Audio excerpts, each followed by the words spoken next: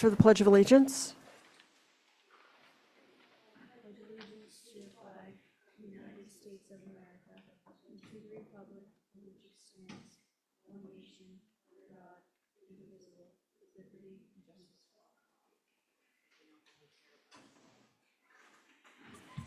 Okay, so I'm calling the November 13th Select Board meeting to order at 5:30 p.m.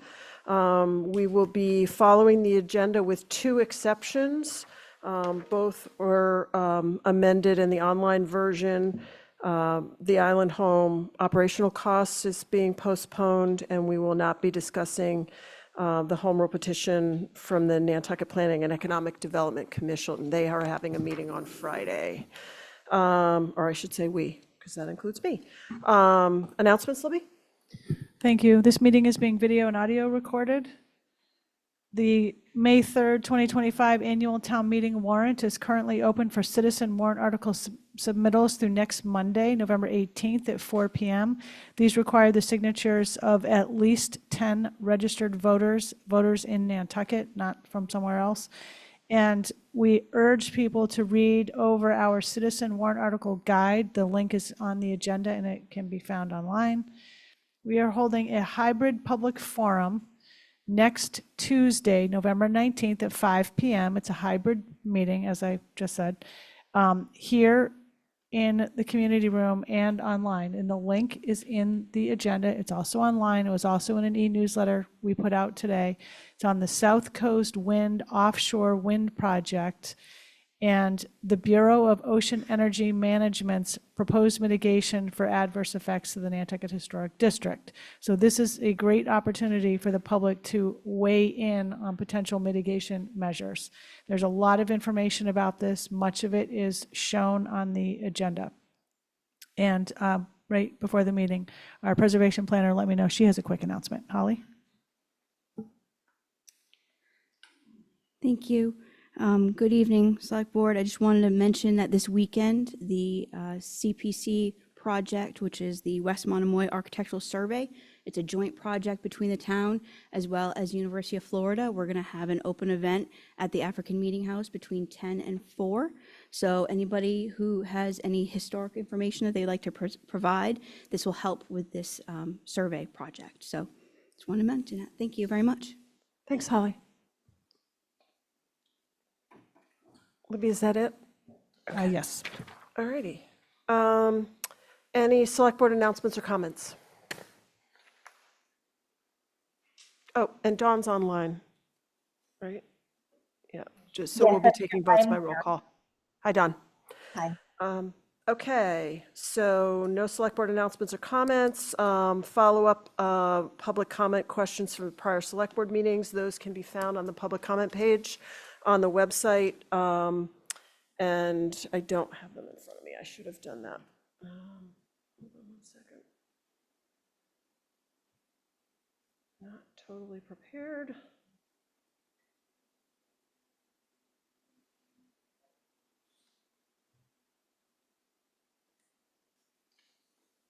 Dead air.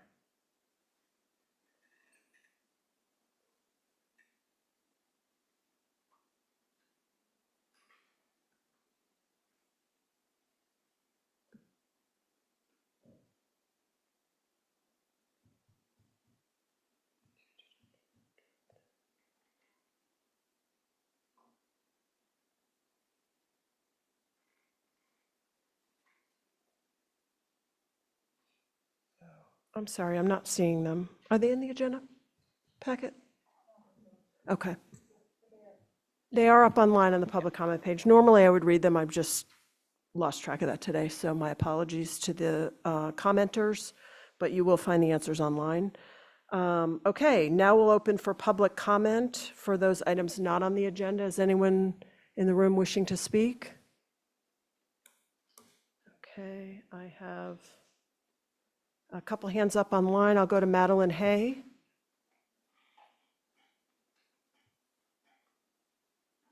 Good evening. My name is Madeline Hay, and I'm a proud coalition member of Keep Nantucket Wild and Act for Whales, the two movements pioneering against the mass industrialization of our oceans. Many in the community have asked what the purpose of withdrawing from the Good Neighbor Agreement is and what the effectiveness, if at all, is in doing so. Here are some historical parallels illustrating the significance of why the Select Board and the Nantucket Preservation Trust withdrawal from the Good Neighbor Agreement matters. South Africa's repeal of the apartheid laws 1990s led to the gradual withdrawal from apartheid policies by dismantling laws like the Group Areas Act and past laws. This led to the end of racial segregation, promoting peace and reconciliation. Dismantling of the Warsaw Pact 1991 was the withdrawal by its member countries from the military alliance dominated by the Soviet Union, contributing to the end of the Cold War, reducing tensions in Europe, and promoting a new era of peace. The Solidarity movement in Poland, 1980s, began as a trade union, which grew into a widespread grassroots movement against communist rule and Soviet influence in Poland, contributing to the Roundtable Agreement in 1989, leading to semi-free election, withdrawal of Soviet control, and the Poland's transition to democracy, ultimately enhancing civil liberties and economic growth. The Irish Home Rule movement, 19th to early 20th century, began as a grassroots effort for Irish independence from British rule. The efforts of the Irish contributed to the eventual withdrawal of British rule over most of Ireland by 1922, leading to the establishment of the Irish Free State and later the Republic of Ireland, fostering national identity and self-governance. And lastly, the American Revolution, 1776, was a decision made by 13 colonies to withdraw from British rule, culminating in the Declaration of Independence. This withdrawal led to the establishment of the United States, fostering peace and self-determination for what has now become the country most of us here, if not all, are lucky enough to call home. We can agree that the withdrawals during these times in history were pivotal in leading to a better, more peaceful, and prosperous existence for humanity. These examples illustrate how strategic withdrawals or exits from commitments, conflicts, or agreements can serve as powerful statements in negotiations. All are examples of a victory for grassroots movements and direct democracy. We are at a critical juncture in history, and our movement is no different in importance and magnitude than the ones just listed.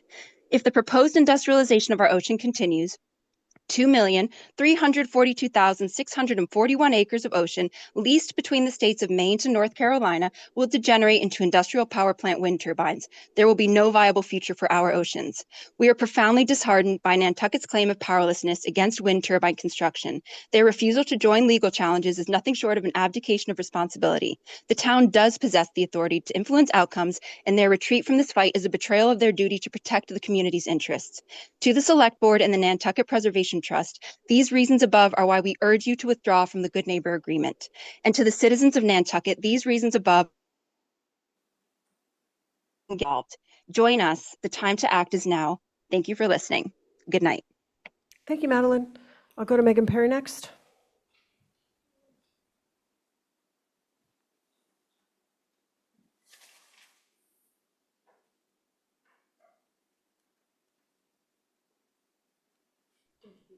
Thanks, Brooke. Can you hear me okay? Yep, go ahead. Oh, great. Does the clock start once I start speaking or when you acknowledge me? Just curious. The clock has started. Oh, fantastic. Will you be accepting public comment during the discussion on independent counsel for the ZBA? I don't think so, no. Okay. In that case, I just wanted to remind the board that one of the main reasons the ZBA needs independent counsel is because their current counsel is conflicted. And a great example of that is the options agreement, which is what it was titled in the discussions that the select board members engaged in, along with the housing director, the finance director, and town council, for an agreement that, yes, was not necessarily signed, but was discussed with the town and the developer while usurping the ZBA. So I just wanted to remind the select board, when they're being asked about independent counsel and the need for independent counsel, that is one of the primary reasons. In addition to, it wouldn't be a bad idea for the town to be better protected. And there's no reason why independent counsel should not be granted to the ZBA. So strongly suggest that you do that and would really appreciate you considering that and the request from ZBA members. They voted on it September 5th, and we're now halfway through November and it still has not been granted to them. I think it would be in the town's best interest if you did grant it to them. So thank you very much. Under 3 minutes. So have a great night. Thanks, Megan. Veronica Bonet.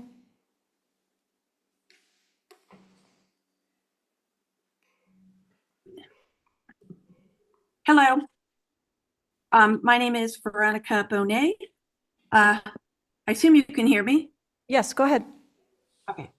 I have two comments. I did see the newsletter that came out a couple hours ago regarding offshore wind. And I had two comments. One is, I think regarding the claim form, more guidance is needed. I've personally heard a lot of questions. One is who would represent the claimants?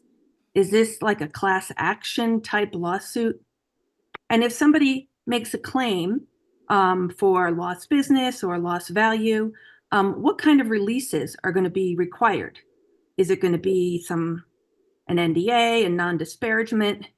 And will they still be able to make future claims? For instance, if your business suffered this summer.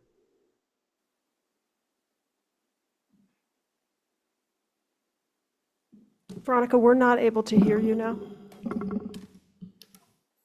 We lost you at this summer.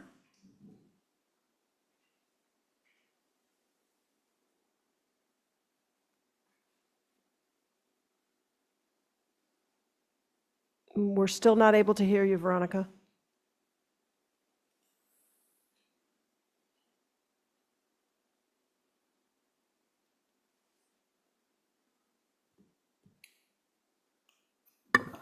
How about I remove her permission and try to let her back in? Yeah. Veronica, Erica's going to mute you again and then ask you to unmute again. I'm not sure what happened or where I left off. It just cut So- off for some reason. Yeah, so we heard you, I think you were at if someone had losses this summer and then we lost you.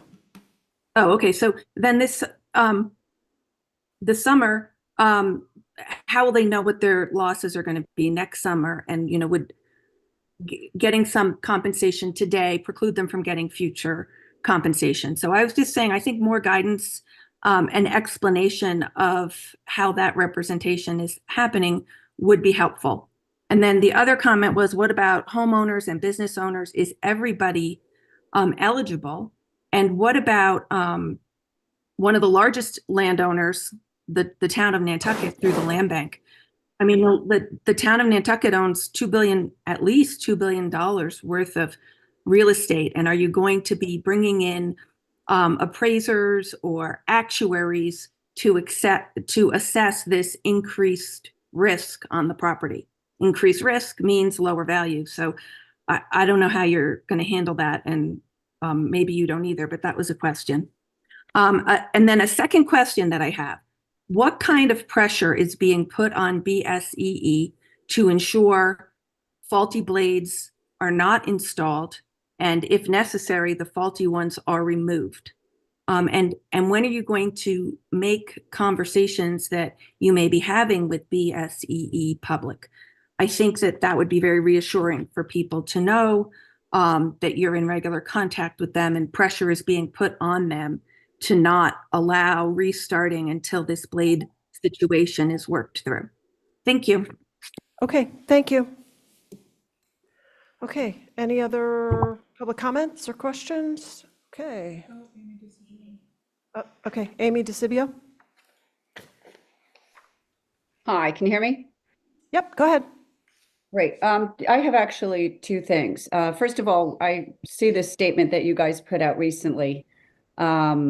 The statement from, the way it reads is if, I'm assuming that the whole select board talked about this and voted on this before you put the statement out that says it's yours. But I think the sad part about this is that I think it's misleading to the community. The town only has what you say is no power because it's refused to exercise its power. Instead, I think you're misleading the community about the grassroots efforts of some of its citizens to force the government to actually obey federal law in the one lawsuit that we have that's now pending before the United States Supreme Court. So I think that we should be a little bit more honest with that with the community. I also would like to mention that the reason that Nantucket was identified as an interested party with Vineyard Wind was because of the visual impacts that the project and subsequent projects would have on Nantucket. And one of the biggest thing would, aside from being the number of turbines, would also be the height of turbines. And it's fascinating that there is not one mention about a height restriction in that good neighbor agreement. So when we first started talking, or when you first started talking about this, in executive session with the lawyers and whomever else from the opposition that was there from Vineyard Wind, turbine heights were around 500 feet tall.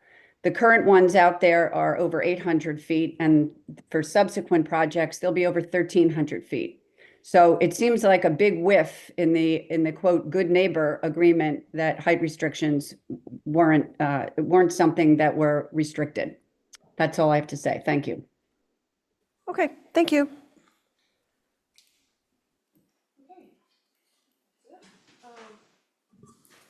Okay, there's no new business. Next on the agenda is approval of minutes, warrants, and pending contracts. Pleasure of the board.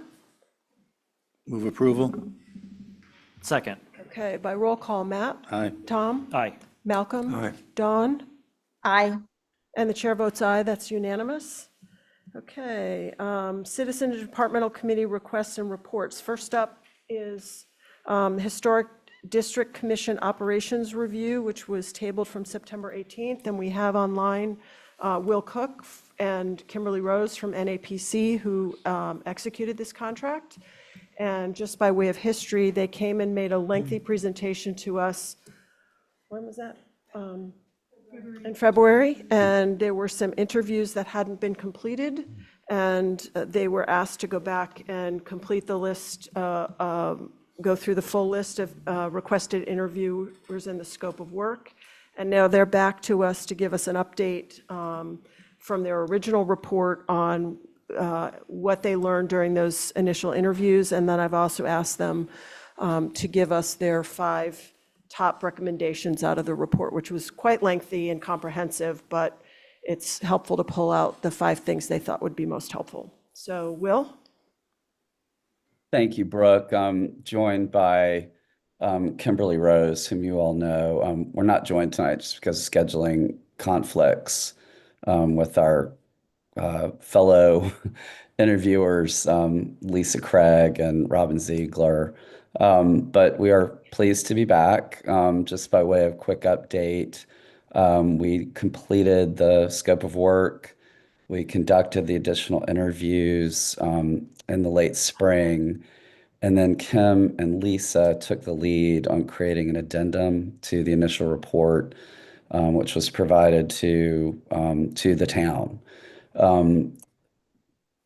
One thing to note is that the conclusions remain the same. Even though we conducted additional interviews, we didn't find variance in the responses. So the recommendations that we've selected for you tonight are ones where there was either unanimity or near unanimity. So we thought that would be a good place to start and a good basis for these recommendations. Absolutely. So one of the first recommendations is to update the special act, and this is primarily to reflect modern preservation practices, but also to codify decision-making documents, such as the guidelines, as this is what we're using as the basis of our decisions. One of the questions we asked in the interview was about the special act, and it was made clear that the reasoning behind its revision in the 1970s no longer aligns with how Nantucket operates and what is needed, given modern day pressures of tourism, wealth, and the climate change impacts. It needs revision. And so there's more information, of course, in the addendum and also in the main document about the special act and our suggestions for that. And as you can see in the notes, which Will has put on the screen, includes the page numbers, bullet points, etc. for those. Yeah, just a little footnote to what Kim was saying. There was a lot of just confusion generally in the interviews, and this came out too when we were asking questions about public perception. There's just a lot of confusion about the source of the law and what I will talk about in just a moment, the connections to what are being used as Nantucket's design guidelines, and that's building building with Nantucket in mind. And so as part of this update, we'd want to make the connections to building with Nantucket in mind crystal clear. And as Kimberly mentioned, we want to codify building with Nantucket in mind, and I'd even call it, the design review standards or guidelines so that the public understands why that document is being used. There's a long tradition of doing that. Excuse me just a sec, Will. Yeah. Could you guys take it outside? Side conversations are very distracting for us here in the room. Thank you. Go ahead, Will. Sorry. So a little bit of a segue into the next recommendation. So revising and updating the special act or your historic preservation ordinance, which is an undertaking that communities around the country are doing. This isn't uncommon, especially for communities that adopted historic preservation ordinances early on. This is especially true in the East Coast, where you've got communities with longstanding preservation programs that are just now starting to look at revising their acts. So this isn't an unusual recommendation, and is certainly what we would consider to be a best practice. In line with using building with Nantucket in mind, that also needs to be updated. It was drafted a long time ago. There's a real focus on architecture. In particular, there are elements of building with Nantucket in mind that are not necessarily consistent with the special act. And so I think linking the two, making those links explicit, would again go a long way to making sure that the public understands how the documents are being used and what the regulatory system is. And as Kim was mentioning, this would also be an opportunity to update the design standards or the design guidelines to help address Nantucket's current pressures, which we know are numerous. And I won't elaborate here, and we'll share this document with you after the meeting. We've given some pinpoint sites back into the report for you so that you can do a little bit deeper digging.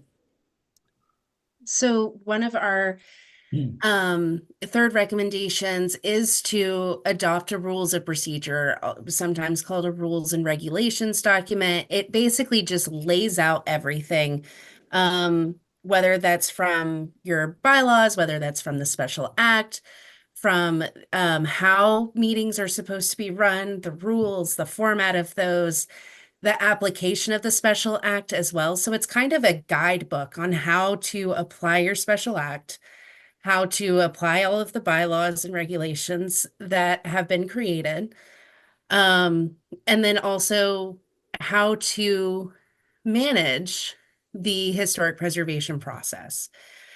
This also should reference the guidelines and similar materials as a basis for decision making, such as the building with Sconset in mind, the new design guidelines for Sconset. Those need to be codified somewhere, and they also need to be referenced somewhere. And this is kind of just a guide that preservation planners use. I work for the town of Brookline, and we have a rules and regulations, and that thing lives on the corner of my desk and it has so many highlights and so many markups and everything else. And we try to revise that about every 5 to 10 years, depending on what is needed. And we can do it section by section or the whole thing. But it is a really big help in order to understand what we need to do. And that document is created with the help of our town council so that it's legally standing, it's in alignment with our, of course, we use 40C, but it's in alignment with what we use to regulate and what gives us the power to do so for the historic districts. And so it's just a really helpful document to have a rules of procedure or rules and regulations, whichever you want to call it, that kind of just provide that extra support. And then part of the extra support also comes in with building capacity. The preservation planner in Nantucket needs additional staff support to assist with the administrative challenges.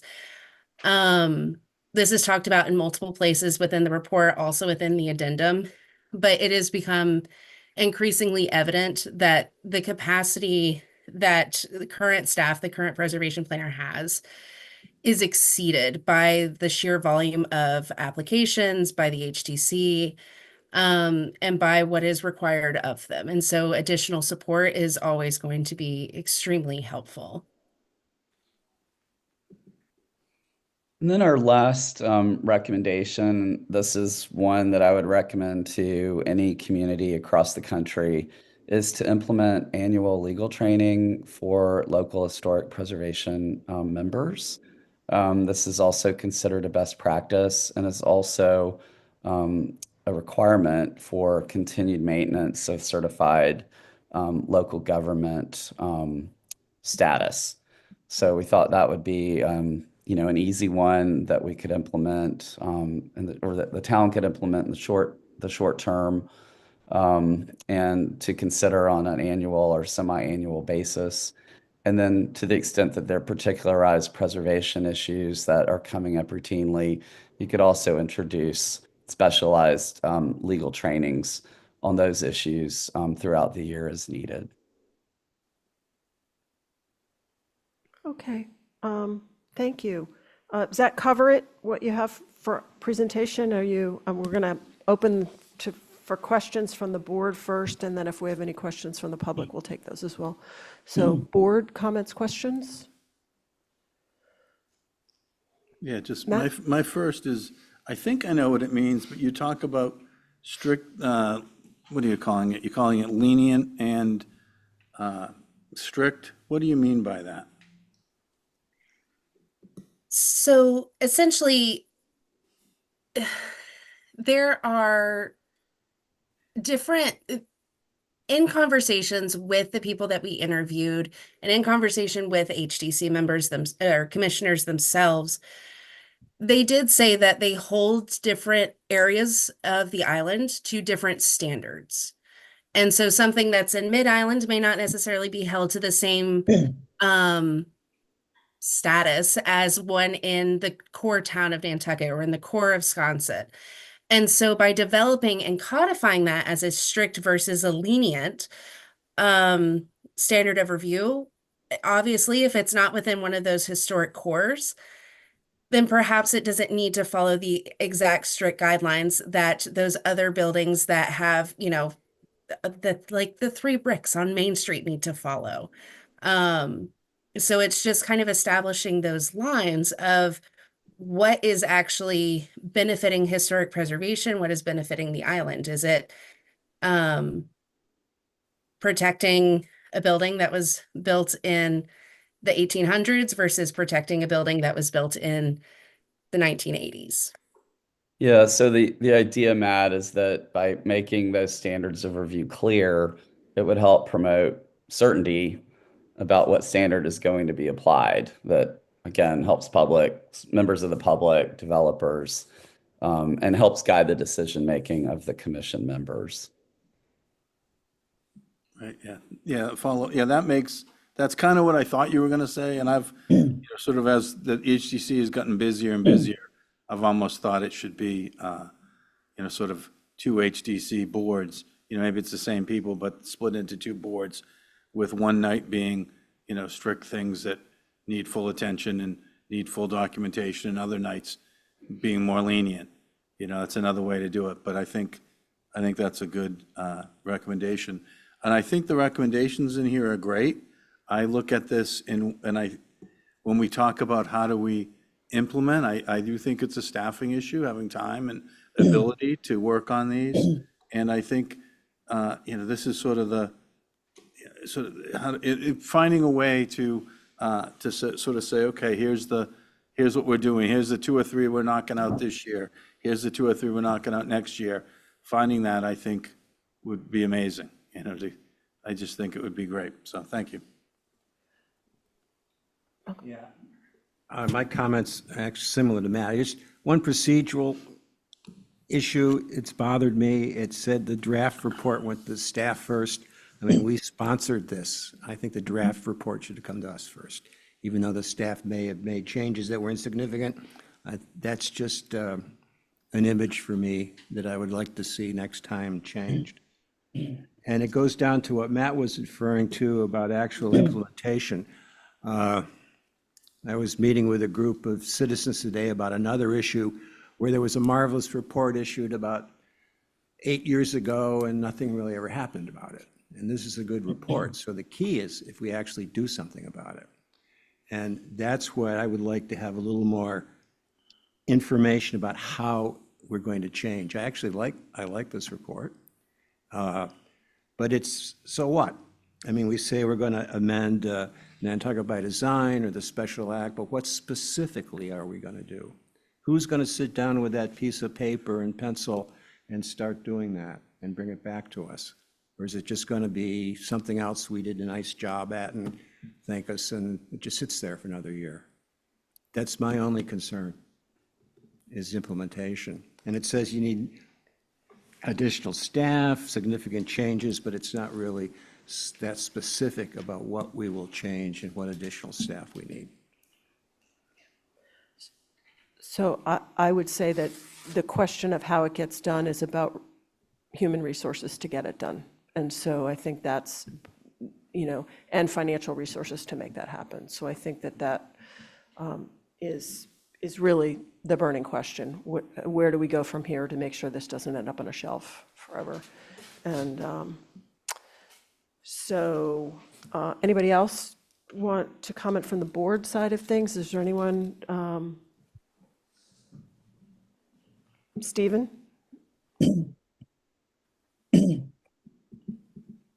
If you want to stop sharing. Okay. That'd be great. Thanks. Good evening, Madam Chair, members of the board.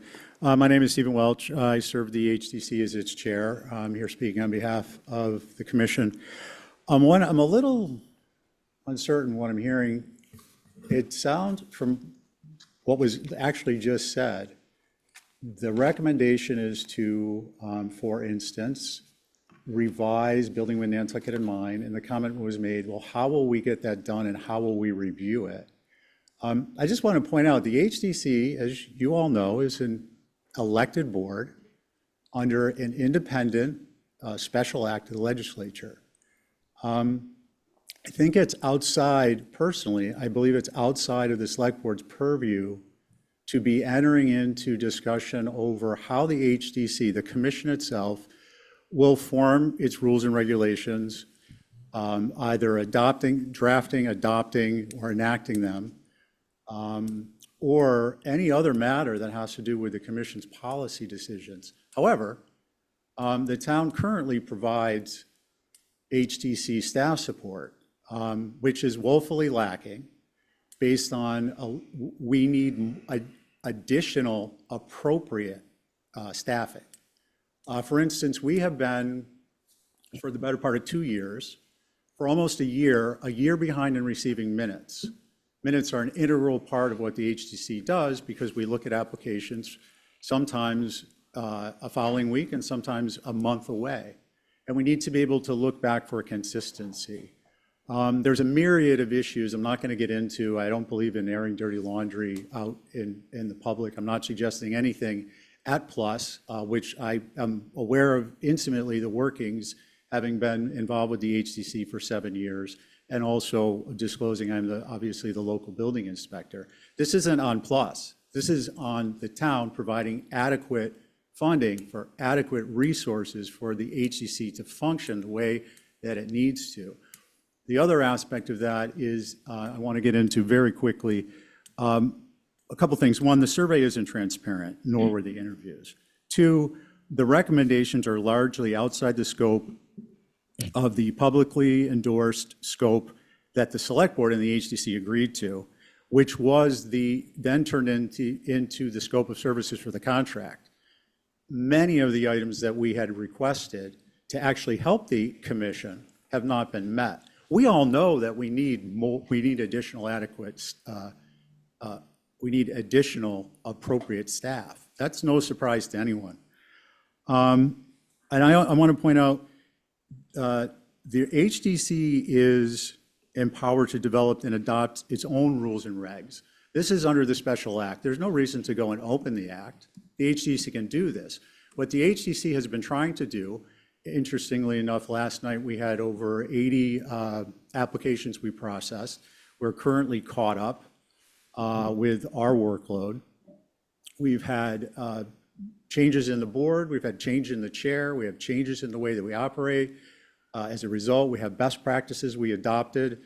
The HDC, what the HDC needs is, again, additional appropriate staff, and with that staff, and we have an opportunity to use some of our meeting time to develop building with Nantucket in mind, to develop many of the items that are in the report or the recommendations that the HDC itself as a commission recognized. So I've just, maybe I'm wrong, but I do believe this is an independent commission, and I don't believe the select board have purview over policy matters that are determined at that level. We're not the Conservation Commission, we're not the Zoning Board of Appeals, we're not the Planning Board.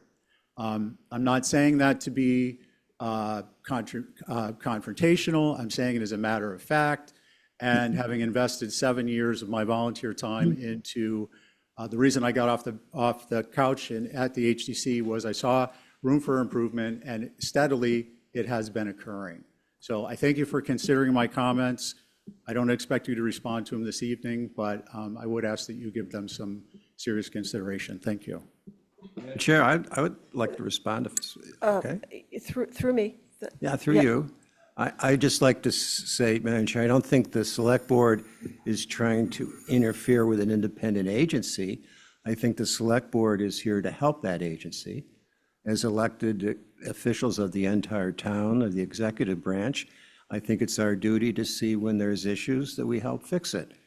And I'm a little concerned if the HDC had asked things be evaluated in the report and they weren't done. And I think we should point that out. Okay, thanks, Malcolm. Anybody else? Any further comments? Just one comment. I can't help myself.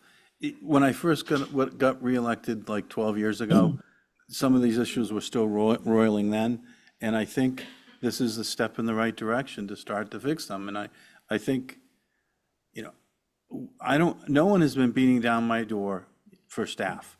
I've been saying that. I've been saying we need a HDC administrator. I'd love to see Holly as the administrator with some staff under her, but we haven't been getting that request to us. Maybe it's somewhere else and didn't get to our level, but I agree with that wholeheartedly. And I think some of the things that need to be dealt with are things that didn't even exist in the 70s. We're dealing with one later tonight. So I think that there's reasons for updates, and I think that that's, it's time that we do it, and I'm glad that we are heading that direction. Thank you. Thanks, Matt. Leslie?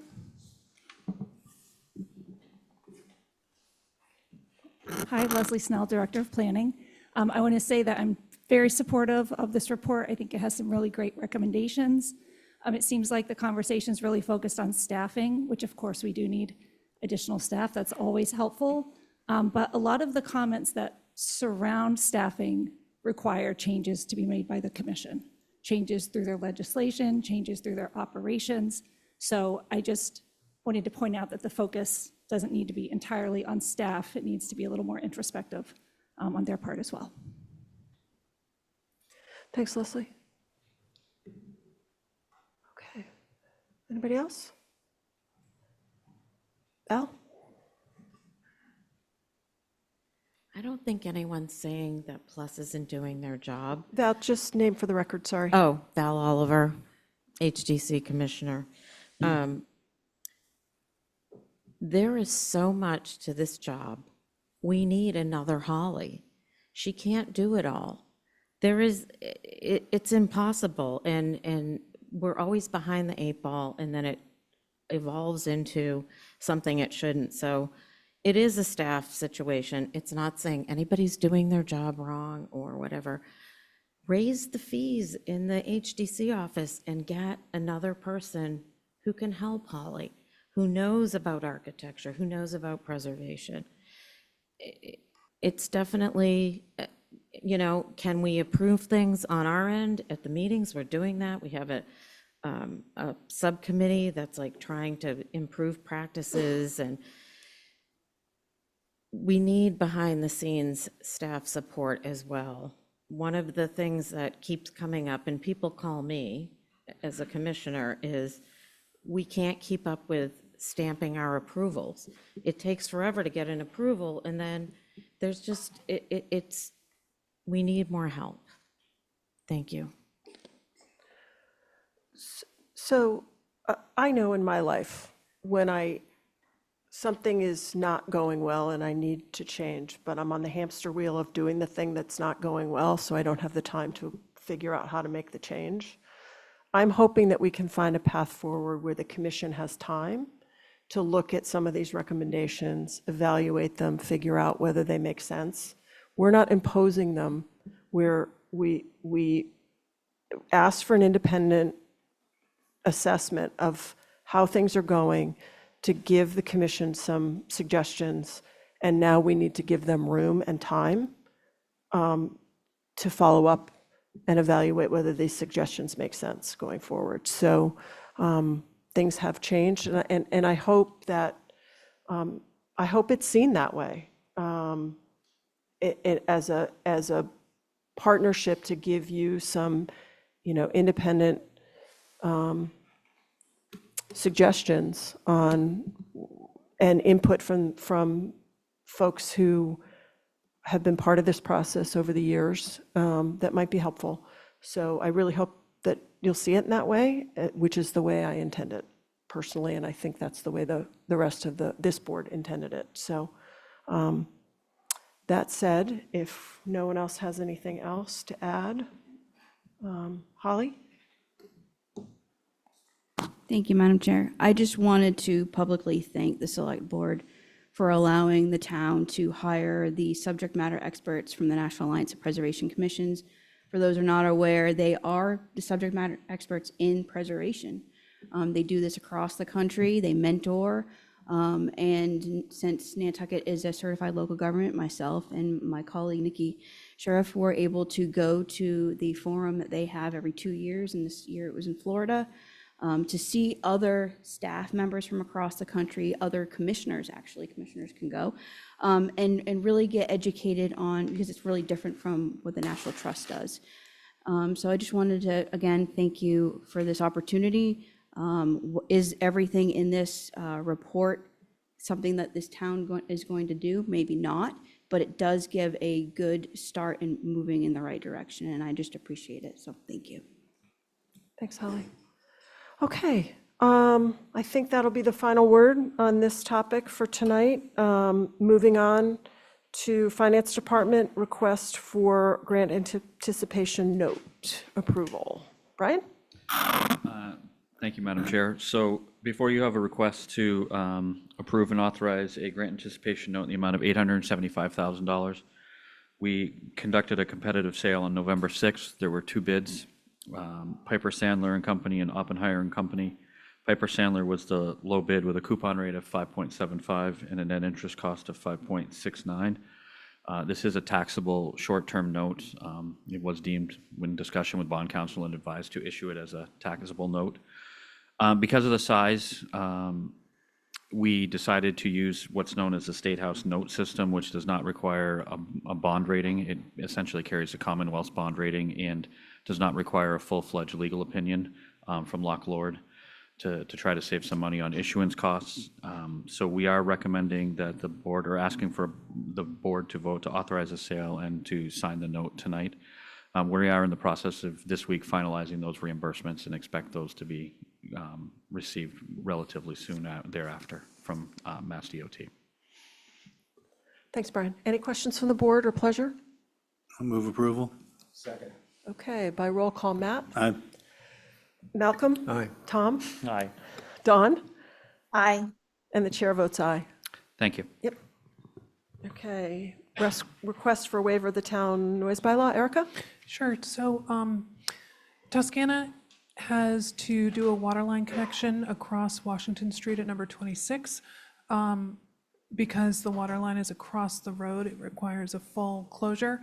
And because Washington Street is our main truck route and the main NRTA bus route, we came to an agreement with Toscana to do the work at night. The agenda actually says starting at 9:30, but upon further discussion with Toscana, we agreed that they would start at 10:30 to make sure that the late boat traffic was able to come out of town. So I would recommend approval of this from 10:30 p.m. to 6 a.m. next week. Okay. Any questions from the board or pleasure? Motion to approve the waiver. Second. Okay, by roll call, Tom? Aye. Matt? Aye. Malcolm? Aye. Dawn? Aye. And the chair votes aye, that's unanimous. Thank you. Okay. Next up is the Zoning Board of Appeals request for independent special counsel for Surfside Crossing. I'm going to ask the chair to sort of run through the timeline of this request, the process, and where we are in terms of the request. Okay. Susan McCarthy, Chair of the Zoning Board of Appeals. So before you is a request for independent counsel to assist the board with our review of Surfside Crossing LLC Zoning Board of Appeals application 2524, which was remanded to us, and we are in the process of the public hearing and looking for assistance with that. We first met and voted to request special independent counsel on September 5th, September 10th.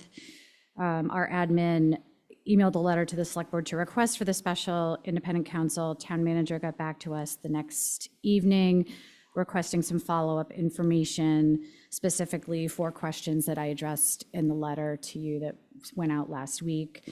On the 12th of September, staff emailed alternate member Mondani, who had made the motion for special counsel, asking if he could provide the answers. We then heard back from town manager that they would want the chair, or would be more appropriate for the chair to come and present. I then emailed to the alternate member who had made the motion, asking for some more information on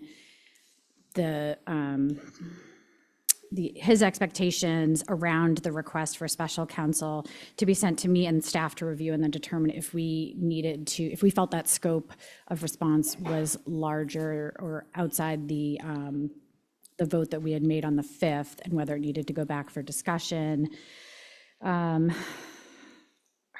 Do you want me to keep, is this too much detail or enough? Okay.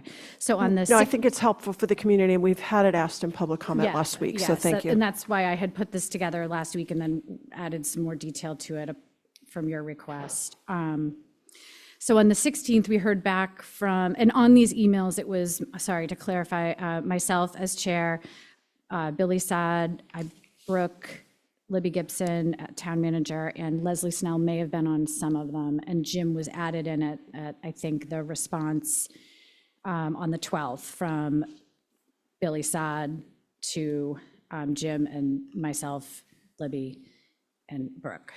So on the 16th of September, we heard back from Mr. Mondani saying he was away from his desk and would respond that evening.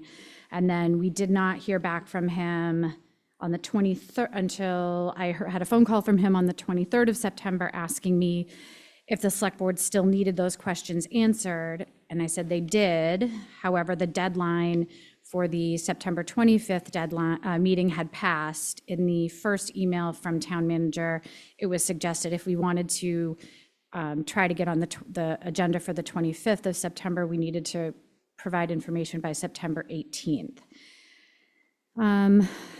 At that point, I emailed staff, zoning board staff, on the 10th of October with the timeline so far, and saying that we still hadn't received any information to respond to the select board request, and to decide whether we should put this back on the zoning board agenda under other business for further discussion and consideration or reconsideration by the board. On October 17th, Mr. Mondani sent an email directly to the town manager and select board without the review or comment by the ZBA, which then I emailed and said that was not the response from the board, because we hadn't discussed it. And we were actually had our regularly scheduled meeting on the 17th, so we were able to agree at that meeting that we would have a special meeting the following week to discuss the memo that Mr. Mardani put together, and also just to discuss these 4 questions and get an answer to the select board. So on the 22nd, we met, we discussed the questions from the select board. On the 23rd, I emailed ZBA staff to let them know I had a conflict on the 6th. I wasn't even sure at that point if we'd be able to get on for the 6th, but I did have a conflict, which ended earlier than I thought it was going to. And on the 7th, and we were already working on the letter that week, and on the 7th, I was able to email the letter to the select board and requested to be placed on this agenda to answer any questions you might have about our response, and ask you for consideration for special independent counsel to help us through this complicated process. Okay. So if you could, will walk through the responses to I will. the questions and responses? Okay, I will. thanks. So the board discussed it on the 22nd of October. You know, our overall feeling of why there is a need for special counsel is that it appears, our biggest concern, I think, is the appearance of or just transparency. And town council is simultaneously representing not only the ZBA, but other town stakeholders with potentially conflicting project objectives. And this can create a perception that that town council may be unable to fully advocate for each board if competing interests emerge. And as you said, why we did the timeline, there have been a lot of concerns from members of the public about how this process is going, what is being discussed, and how we as a board and a town are handling this process. For the specific reasons why special counsel and representation is viewed as necessary, our feeling is that the select board appears to be more engaged in this 40B comprehensive permit than with other cases. And although not currently negotiating, the select board with town council had been engaged with the developer independent of the ZBA negotiating on a plan to move forward with this project. And the ZBA requires dedicated counsel to guide it through the remand process, ensuring both board and public confidence in a fair, focused process as we try to navigate through, again, what is a very technical and review and comprehensive review. So for the last 2 questions were the specific scope of work, estimated costs, including hourly rate and number of hours. The scope of work would be what is expected of town council. It would be the same. We don't anticipate there being any tasks required that we wouldn't ask of town council, and the same for the compensation, the hourly rate, what would be budgeted, whatever. We would expect it to be similar to what the town was ready to have budgeted for the town council to do the same tasks.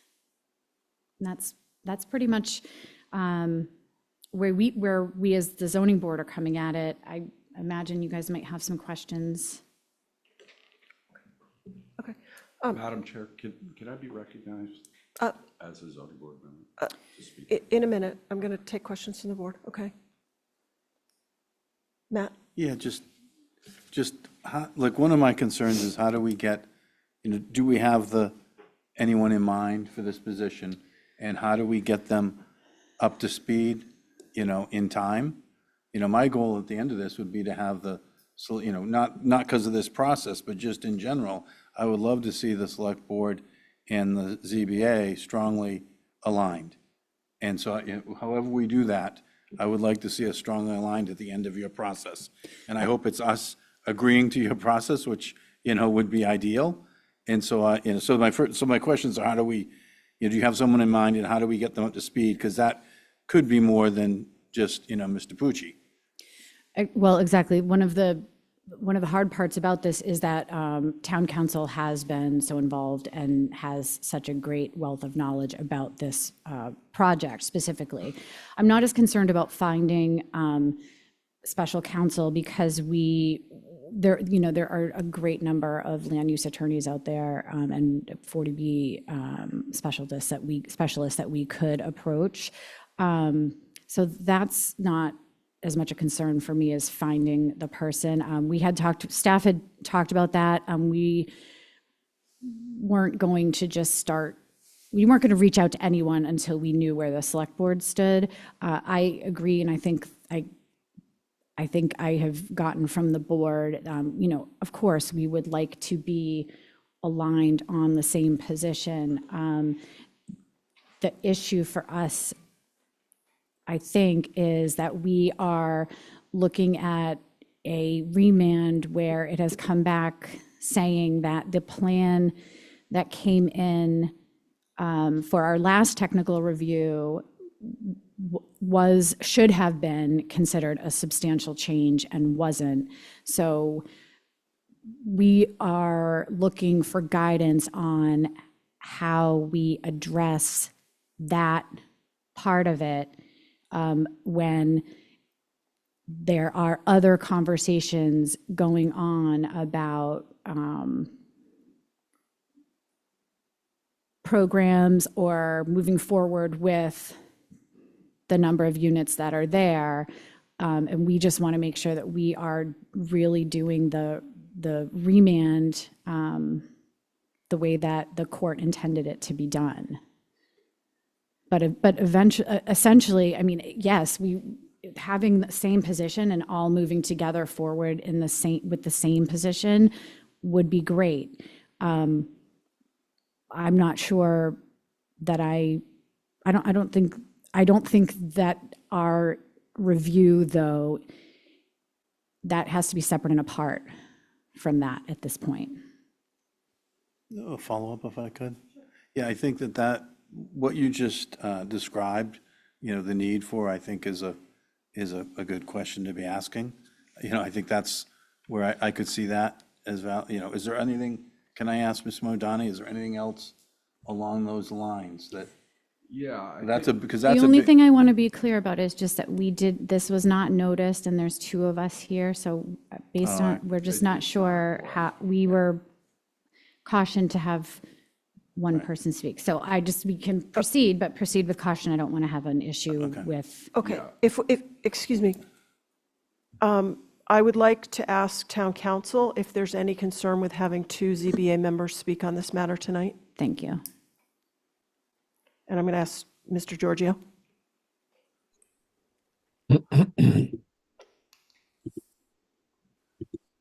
Yes, Madam Chair, assuming that the ZBA did not appoint the chair and Mr. Modani as a subcommittee, they do not represent, the two of them do not represent a quorum of the zoning board, so I don't think there's an issue. Okay, great. Okay. Thank you. I just wanted to make sure we weren't, because we had, okay. Crossing T's. We're not deliberating. Hold on. Wait to be recognized, please. Thank you. Okay, so Mr. Fee through me has a question for Mr. Mandani. Yeah, just, I agree with that, the earlier statement about why it would be important. Is there anything else that you think that the committee, because I know you felt very strongly about this. Is there anywhere else? I've watched a little bit of your meetings, and is there anything else any other questions that really need to be answered?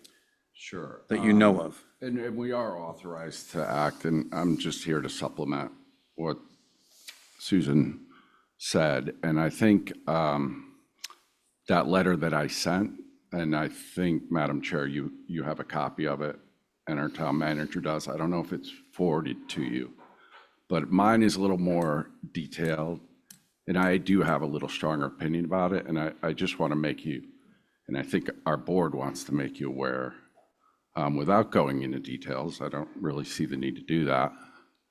But I think it's a clear conflict, and I strongly believe that we do not have or cannot rely on. So, on the Mr. Mondani, council. are you speaking on behalf of the ZBA? Because my understanding is the ZBA had a discussion about this matter and came to us with a request that was worded a certain way. So the fact that you sent a letter independently on your own that was not authorized by the ZBA is a little concerning for me in terms of how you're speaking tonight, because you seem to be speaking on behalf of the ZBA, but I'm not sure that what you're saying represents what was discussed with the ZBA. And I need Okay. some clarification on that for our I purposes. have, So, I don't know why I'm being questioned on this, but I have our agenda, our meeting minutes, which I can give to you, where the board specifically discussed the items in my letter to you and approved all of that. So, I mean, this is getting a little nuanced, but we're both authorized to do this. I tend to have a little different opinion, and I'm trying to reframe this in a way that's a little more strong. But we do not have an attorney now because of the conflict and because of our lack of confidence and because of the things that I've added in specific items. And I know it's a touchy subject, and that's why I'm uncomfortable here, but I truly believe that without a counsel, you're leaving us without any legal representation.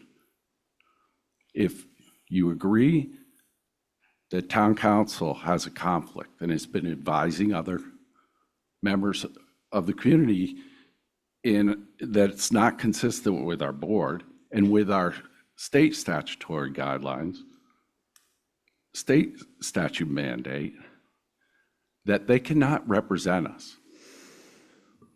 okay, thank you. Okay. Matt? Yeah, Dawn, go ahead.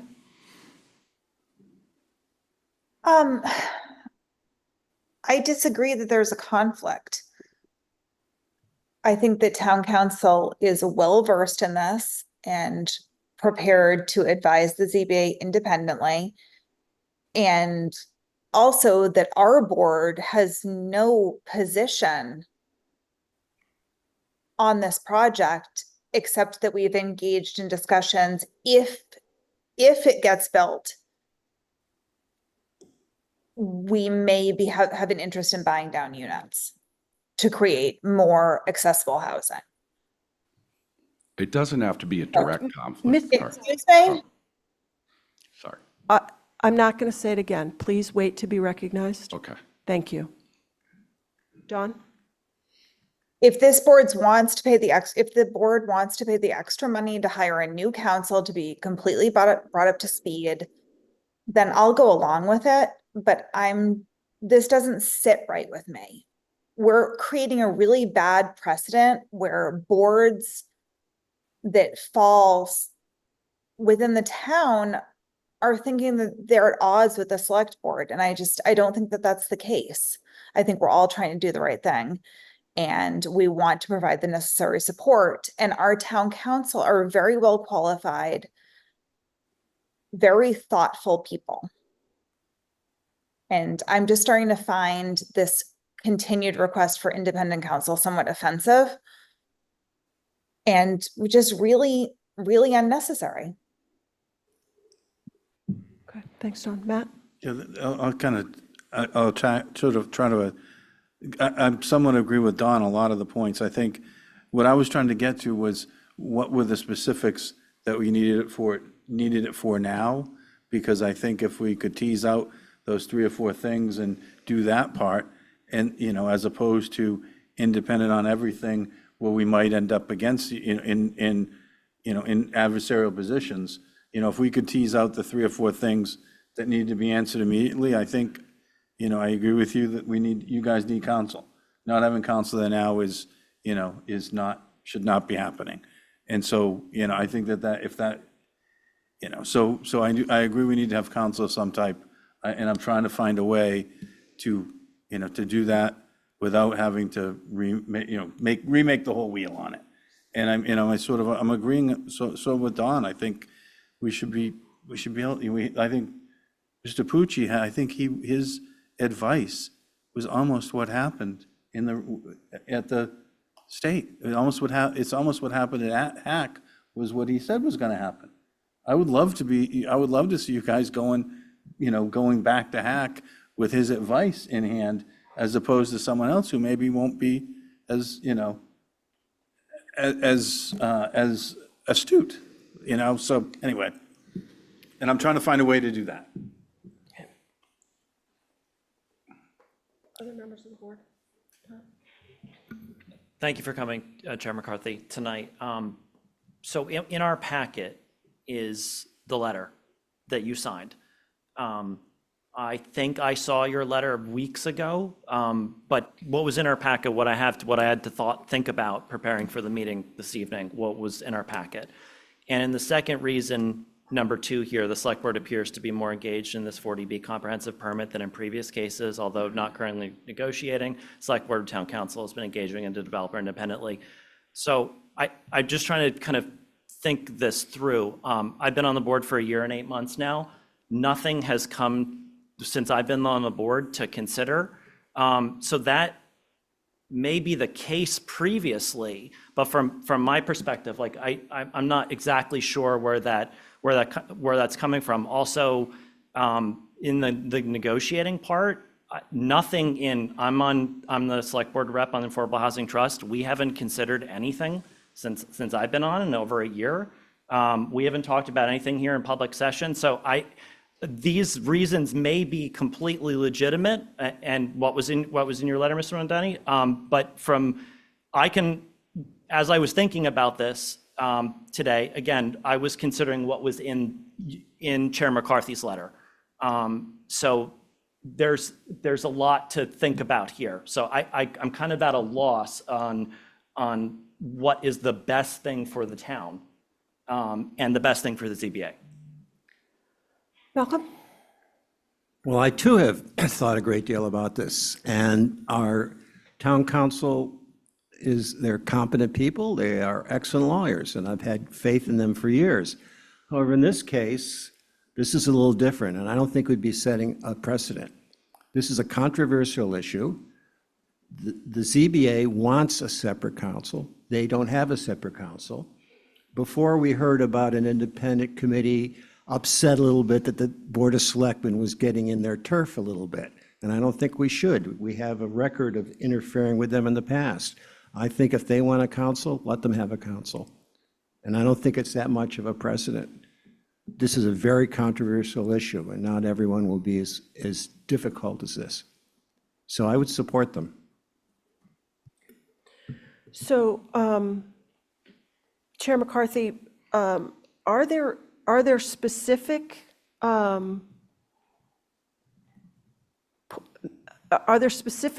points at which you had reason to believe that town council was not adequately representing the ZBA?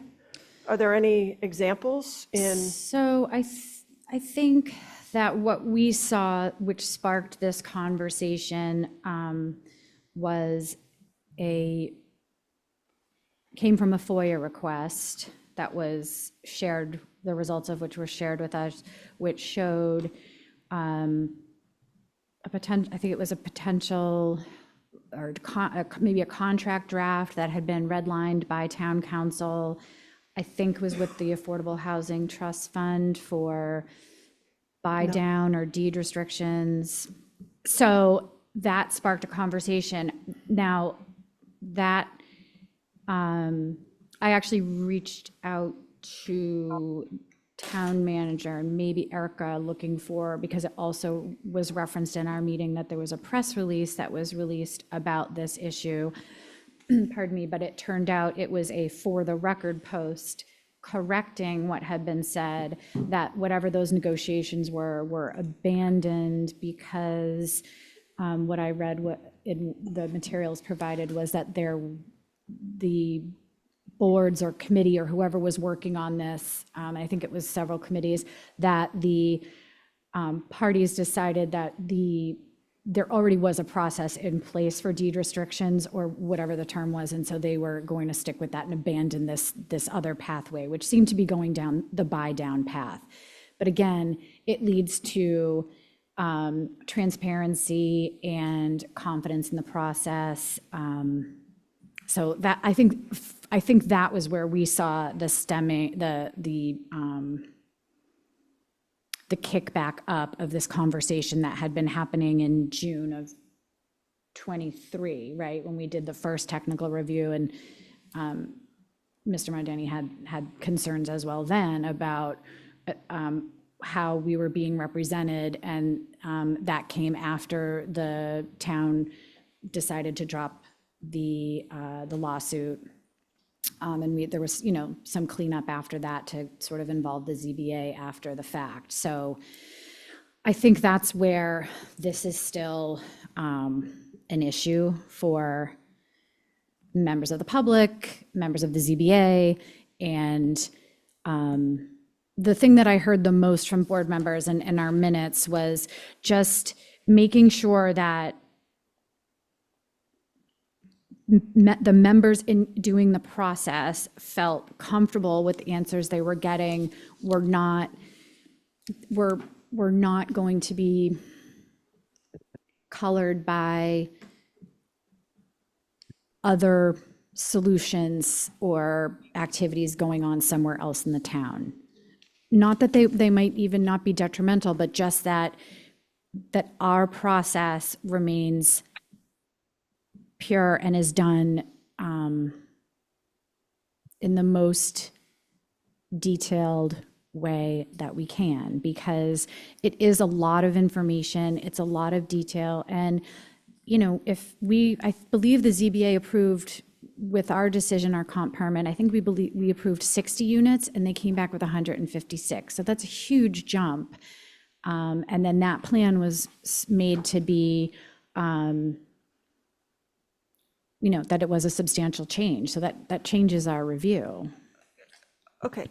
I don't want to get into the technical aspects. The original proposal was 156 units. When they Am I first correct? started, yeah. Yes, okay, Mhm. so. In a so- different format, though. Okay, but I just want to be clear about that, just as a statement of fact.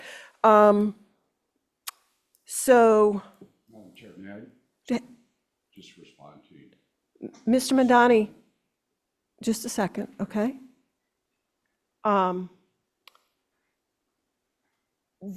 The documents that were reviewed by the housing director and town council were, as Dawn described, a proposal by the developer to work toward the select board's goal of deed restricting 75% of the units. 75% of the units, not a number of units, 75%.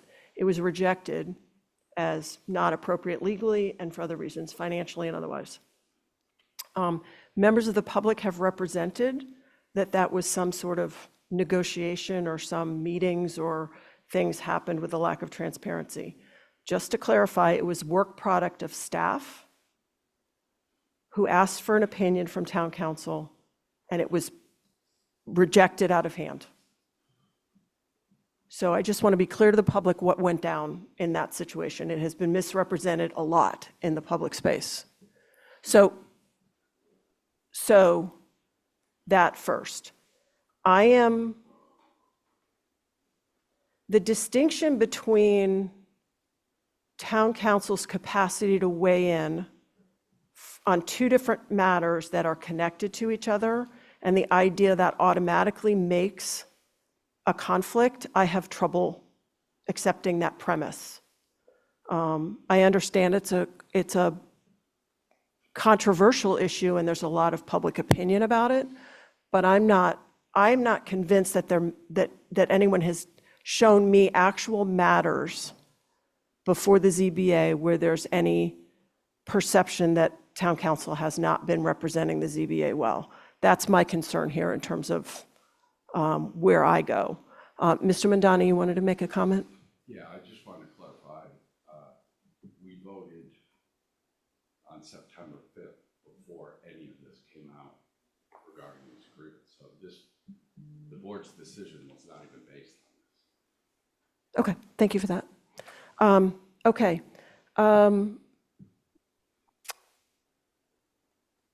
I had one thought, which is instead of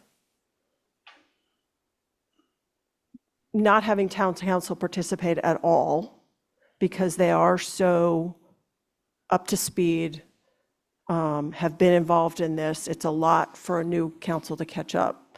I had a thought the other day of, how about there be an engagement with another firm to review anything, any recommendations or advice of concern, that on specific matters rather than the whole thing, as an alternative. Because my experience when we've looked at outside counsel, we have a contract with town council that in terms of cost is not likely to be replicated by hiring and engaging an outside firm. So the assumption that the cost would be similar, I think, is a false assumption in our experience with other attempts or when we've engaged outside counsel for on other matters. So there's that, and I just want to make that clear. So those are just my thoughts. Anything else from the board? Well, that's kind of what I was trying to get to is what, and I'm not against, I'm leaning toward some sort of, I think you need some sort of counsel, but I'm worried about it being, sort of someone coming up to speed and having to learn everything and how much it will cost. And we've had other independent counsels, and it's been, and then they've said, oh, we'll just do all the learning for free and we'll do this and that. And that, I just think, I feel uncomfortable putting someone in that position.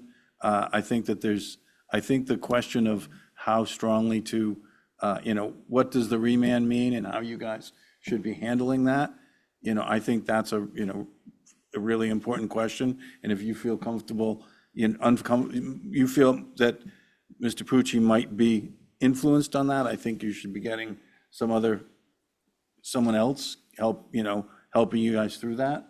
I think that's really important.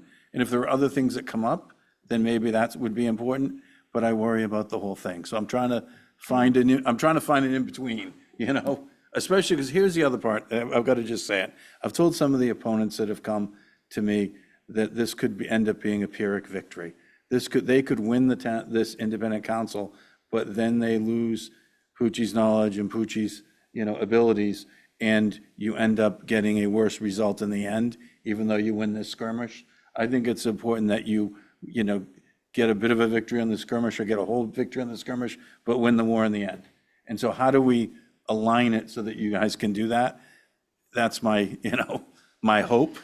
So Chair McCarthy, if you want to make a comment, and then I'm going to have John Giorgio, Town Council, Sure. speak. I was just going to say, I don't want to, I don't think that we should abandon town council completely, because town council has all the knowledge, has helped us through this process since 2018 when we started it. That's a lot of knowledge. I like your alternative solution of having someone to bounce ideas off of, not necessarily have to get them, because that's one of my major concerns, is the timing. Our public hearing, unless we get an extension from the developer, which we're unlikely to get, has to be finished by January 31st. And then we have from there, I think we have 40 days to deliberate. So we're in a pretty tight timeline. So to catch someone up to speed is problematic, but to have someone to bounce ideas off of and just make sure that we're on the right path would be great. Another alternative would be, I believe Ed Marchant, who's a 40B consultant, worked with us earlier in this process. Even bringing him back on board, since he has that institutional knowledge of this project, how it in the earlier years might be another good alternative. He's not an attorney, but he's done a lot of work with Nantucket. He's done a lot of work on 40Bs. I have no idea if he's available, but he did work with us earlier on in this project. And that, I believe, is something that, in the initial process, I believe is paid for by the developer. I don't know how that works in the remand process, but just offering another alternative out there for other independent guidance. John? Thank you, Brooke. I don't want to get into the weeds of this policy decision that you all are talking about, but I wanted to point out to you that I'm surprised that at this point we don't have an engagement letter from an attorney for you to think about. And I would recommend to the board, and I've done this on other matters, that you have an engagement letter in front of you so that you can do three things. You can assess what this is going to cost the town in terms of the hourly rate. What is the experience and expertise of the attorney? I agree with Susan. There are a lot of 40B special attorneys out there who I'm sure could do a good job for the town, but they are going to be, I'm going to tell you right now, more than twice as expensive as what you're getting the services for from our firm for. And I can tell you that when our firm is special counsel, and we are in any number of 40Bs, we charge at least, if not more than double the rate that we charge the town of Nantucket. So there, I think in order to make an informed decision, I don't know if the board would want to do this, but let's get an engagement letter and see exactly what you're going to be in for in terms of the financial impact here, because it could, excuse me, I think it could be very substantial for the town. We've seen that in other circumstances, and I think you need to have more information before you make this decision. Matt? Yeah, just a question for Mr. Giorgio. Is there someone else in KP that we might be thinking, or is there a way that might be, sort of segmented off that, that would be appropriate? Or is there a way to have a co-counsel or an aligned counsel situation rather than independent trying to do everything themselves? Is there is there things we don't know about that we should be thinking about? Is a better way to ask it. We have 4 or 5 other shareholders in the firm who do 40B work that is similar to what Attorney Pucci does. So the answer, Matt, is yes. There are lots of options there, but I don't want to push any. I don't want to be perceived as pushing you to make a decision not to hire special counsel. What I'm pushing you to do is to make an informed decision.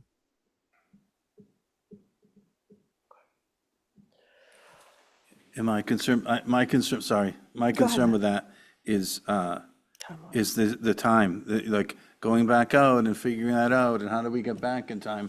Like this has to be done sort of soon, like tonight, or give you the A-OK and they're talking to someone and approving it next week, approving the money next week. Whatever it is, time is the essence.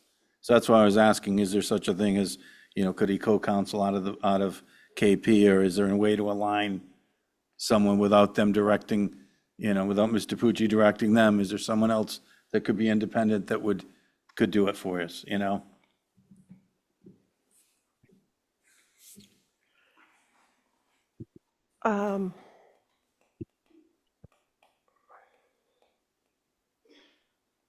I'm betwixt and between.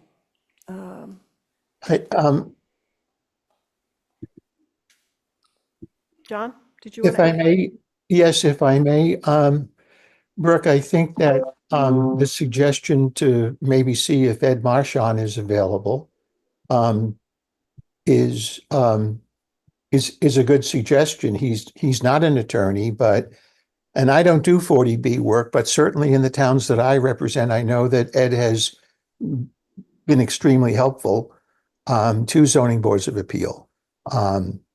But I see George is on the line, but I'll let him answer that if he feels comfortable answering that question. George, did you want to add something? Good evening, Madam Chair, members of the board. No, I'm here for the 2 Mariners Way hearing. I went on camera because if you have questions related to this process, I'm happy to answer them. I will not be representing the ZBA at this 40B hearing. It'll be somebody else from town council's office if you want to keep town council.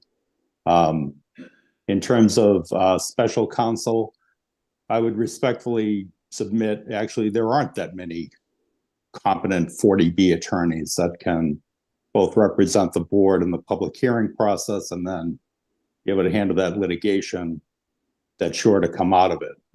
There's basically a handful of individuals in the state that represent boards in a competent manner. I happen to be one of them. And there are some others that are actually involved in this case already.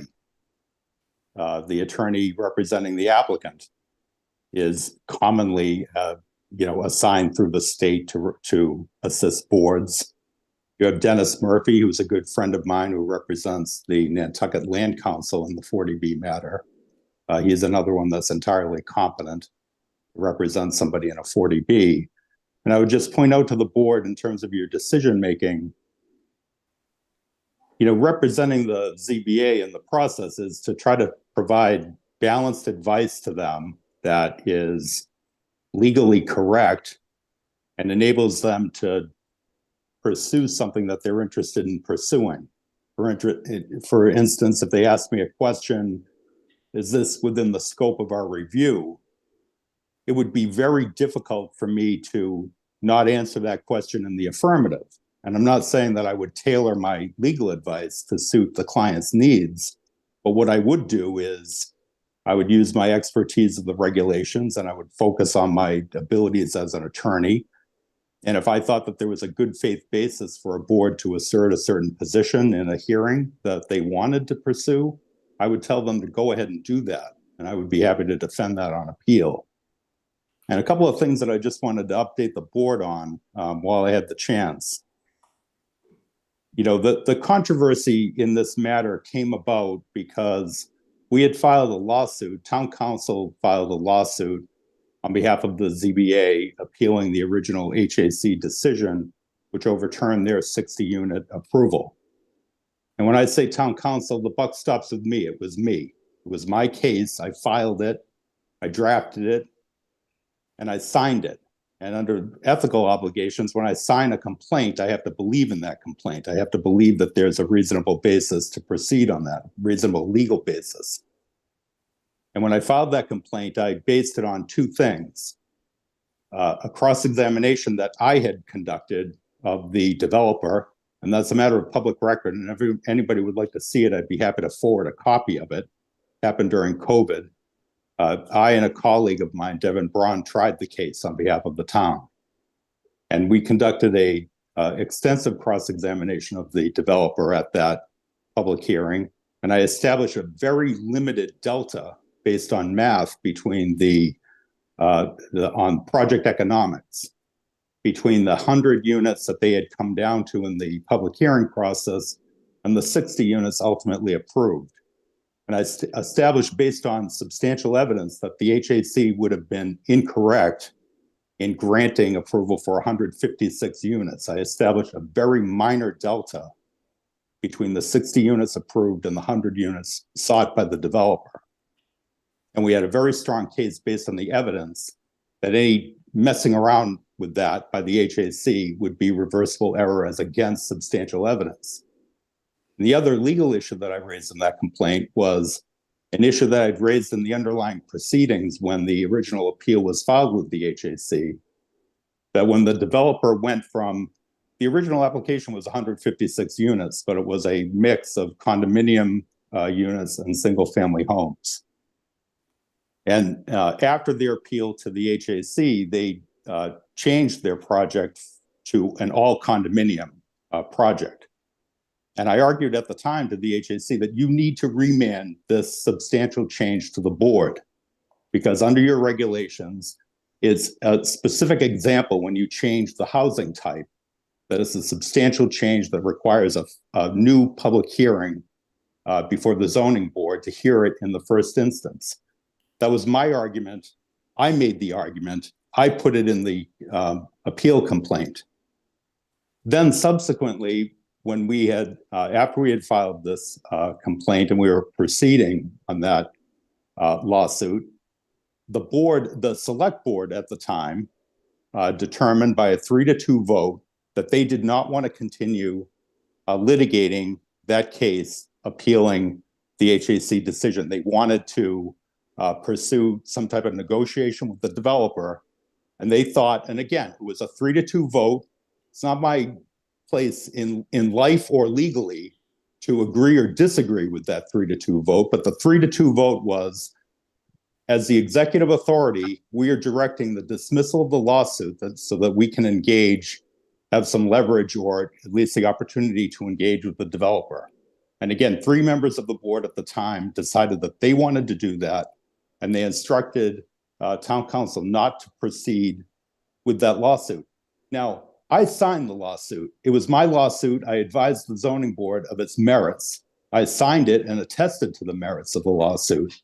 But it's not my choice when the executive board of a municipality such as Nantucket instructs me to dismiss a lawsuit. I don't get to continue litigating it on my own. If you go under your local provisions, similar to pretty much any municipality in the Commonwealth of Massachusetts, it's not town council's place to overturn the executive authority who has the authority to approve or disapprove proceeding with litigation. So that case was dismissed on the select board's 3-2 vote and instructions to town council. And that's where the controversy arose from. Now, the timing, it was not great. And I was the one who had to then advise the zoning board that, well, the select board is not authorizing us to proceed with this litigation anymore. But that didn't taint my, didn't create a conflict of interest or anything else. It's something that can commonly occur with town council. They don't get to pick and choose what boards they represent. They have to go by the appointing authority who has authority over litigation. So it wasn't my choice whether or not to proceed with the lawsuit that I filed. And that was based on my legal theories and work in the underlying case. So I just wanted to make that clear to the board. Okay. Now, in terms of issues that have come up now, it turned out that I was correct on that legal issue because Dennis Murphy, on behalf of the Land Council, continued to litigate that case in Superior Court. And the court ultimately agreed with that position that the HAC erred when they didn't send it back to the board on remand in the first instance. That's when it went back to the board. Now, I would challenge anybody in terms of the advice that I've provided to the board to date to say how my advice to them has been tainted. I said to the zoning board, your purview, because of the passage of time, is wide-ranging on this.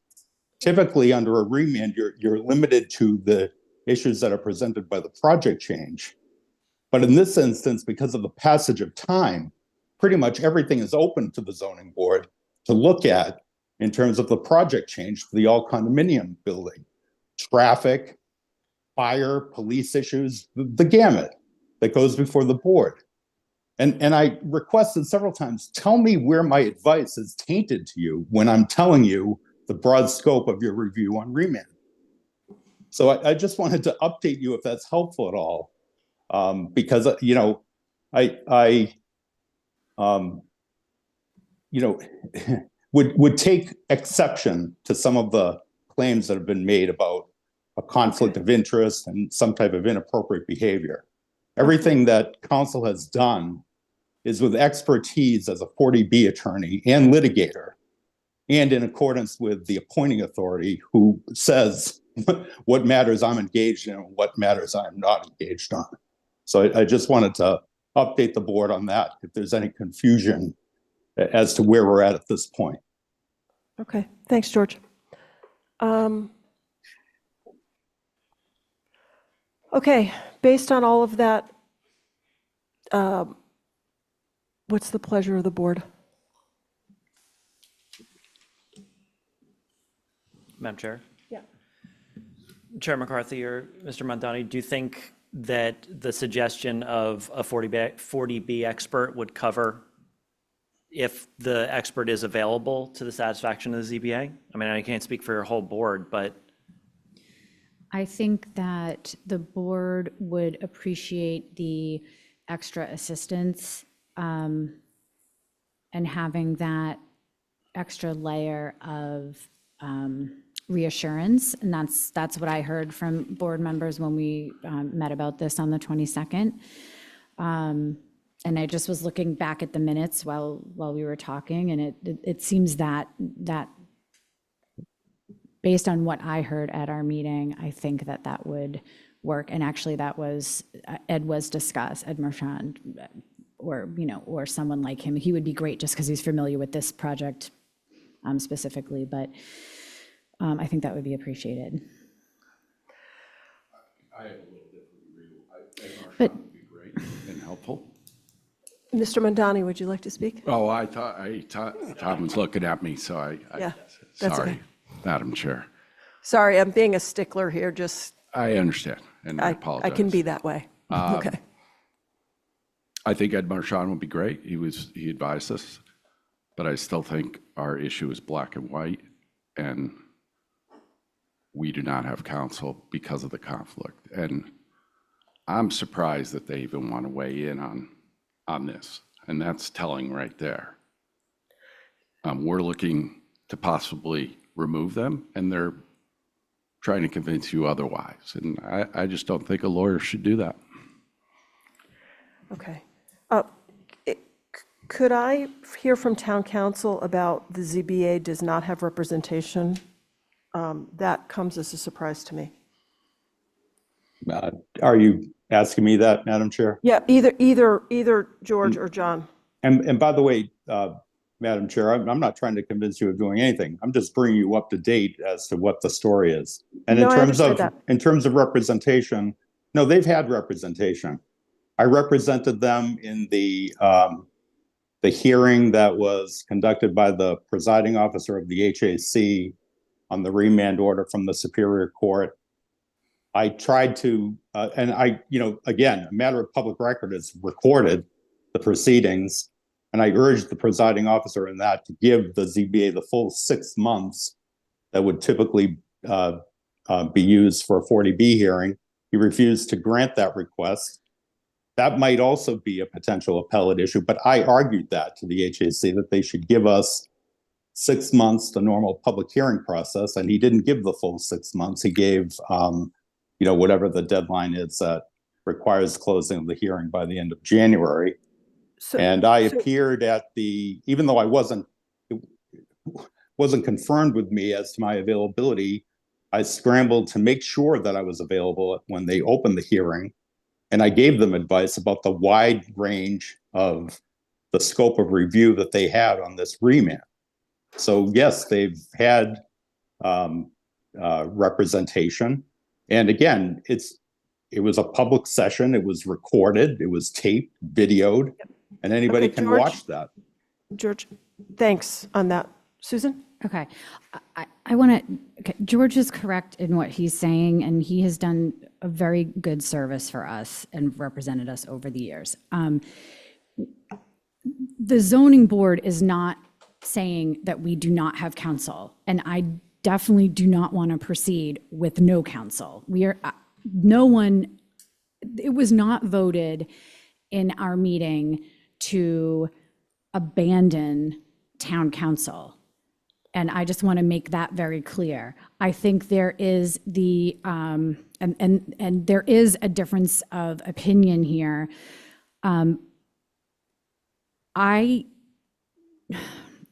I personally do not think that there is a conflict, but I supported my board in their position. In looking at our minutes from the meeting on the 22nd, the concerns are general, and they are included in the letter that I sent on the 7th. The memo that was sent from Mr. Mondani with his concerns, which he brought up at the meeting, those were not in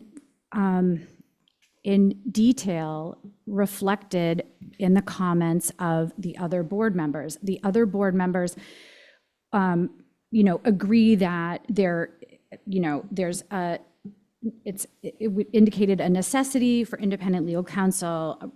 John Brescher brought up Ed Marchand as a potential option. Elisa Allen concurred with Brescher. There wasn't, in the minutes, there's not this level of accusatory of a conflict. And I just want to, I guess, go on record saying that George Pucci has done a great job for us going so far, and he has given us, I think, valuable advice about how to proceed with the remand process. However, given all of this other commentary that was going on, that and keeping transparency and keeping this discussion or appearance of a conflict at bay, we are looking for other, I guess, support to help bolster and reassure both ourselves and the public, I guess, as we move forward, that we are doing everything in our power to meet every detail that we can for this remand, so that this, however this comes out, it's done thoroughly and correctly. Okay. Mr. Mandani? Can I just, some comments? I just want to read for you the agenda, or our meeting minutes from that meeting. It said the board reviewed Jim Mondani's email directed to the chair and town administration, agreeing that the points presented regarding the necessity of special counsel were sufficient. So I think you need to review that to get the right opinion. Okay. My other comment is, we knew, or I knew, most of us knew, we didn't have counsel when during this dialogue, when the lawsuit was terminated, we asked Attorney Pucci for detail about why this was done, because we still don't think that this board, with all due respect, has the authority to do it. And he invoked attorney-client privilege as to those conversations. Now, I can't think of any scenario where my or our attorney would invoke attorney-client privilege against another member of the town. And at that point, there's a conflict. Okay, thank you, Mr. Mandani, thank you. Okay, I'm going to, does the board have any further questions, or is anyone prepared to make a motion at this point in time? I feel like we've sort of covered this in, I'm not taking public comment. I think I made that clear at the beginning. During public comment you asked, and I think I made it clear. Nope, Megan, I'm not taking public comment.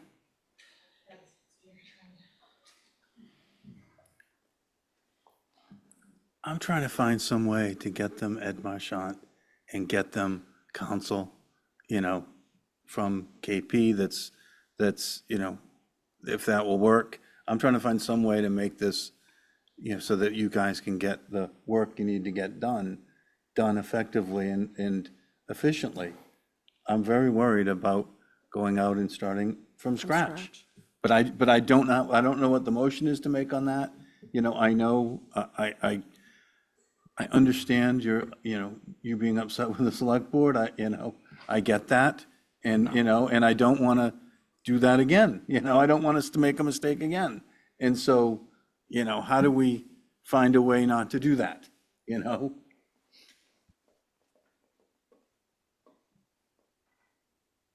we go back to the chair and ask specifically what she? On the mic.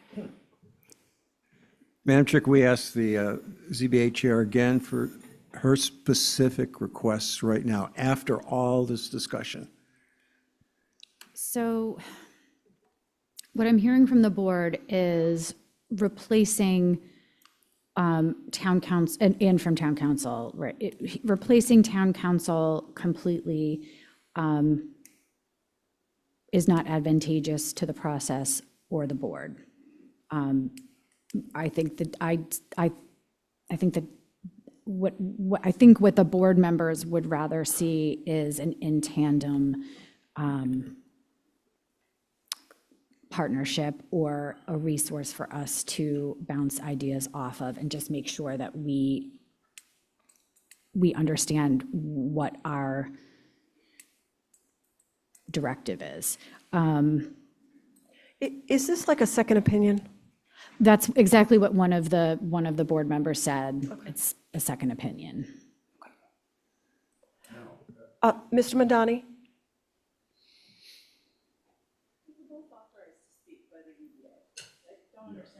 Megan? Are you chair of the select board, Megan? I'm not. Okay, enough. Enough. I've asked Mr. Mandani several times to wait to be recognized before he speaks. That's all I'm asking. Mr. Mandani? Thank you, Madam Chair. Yep.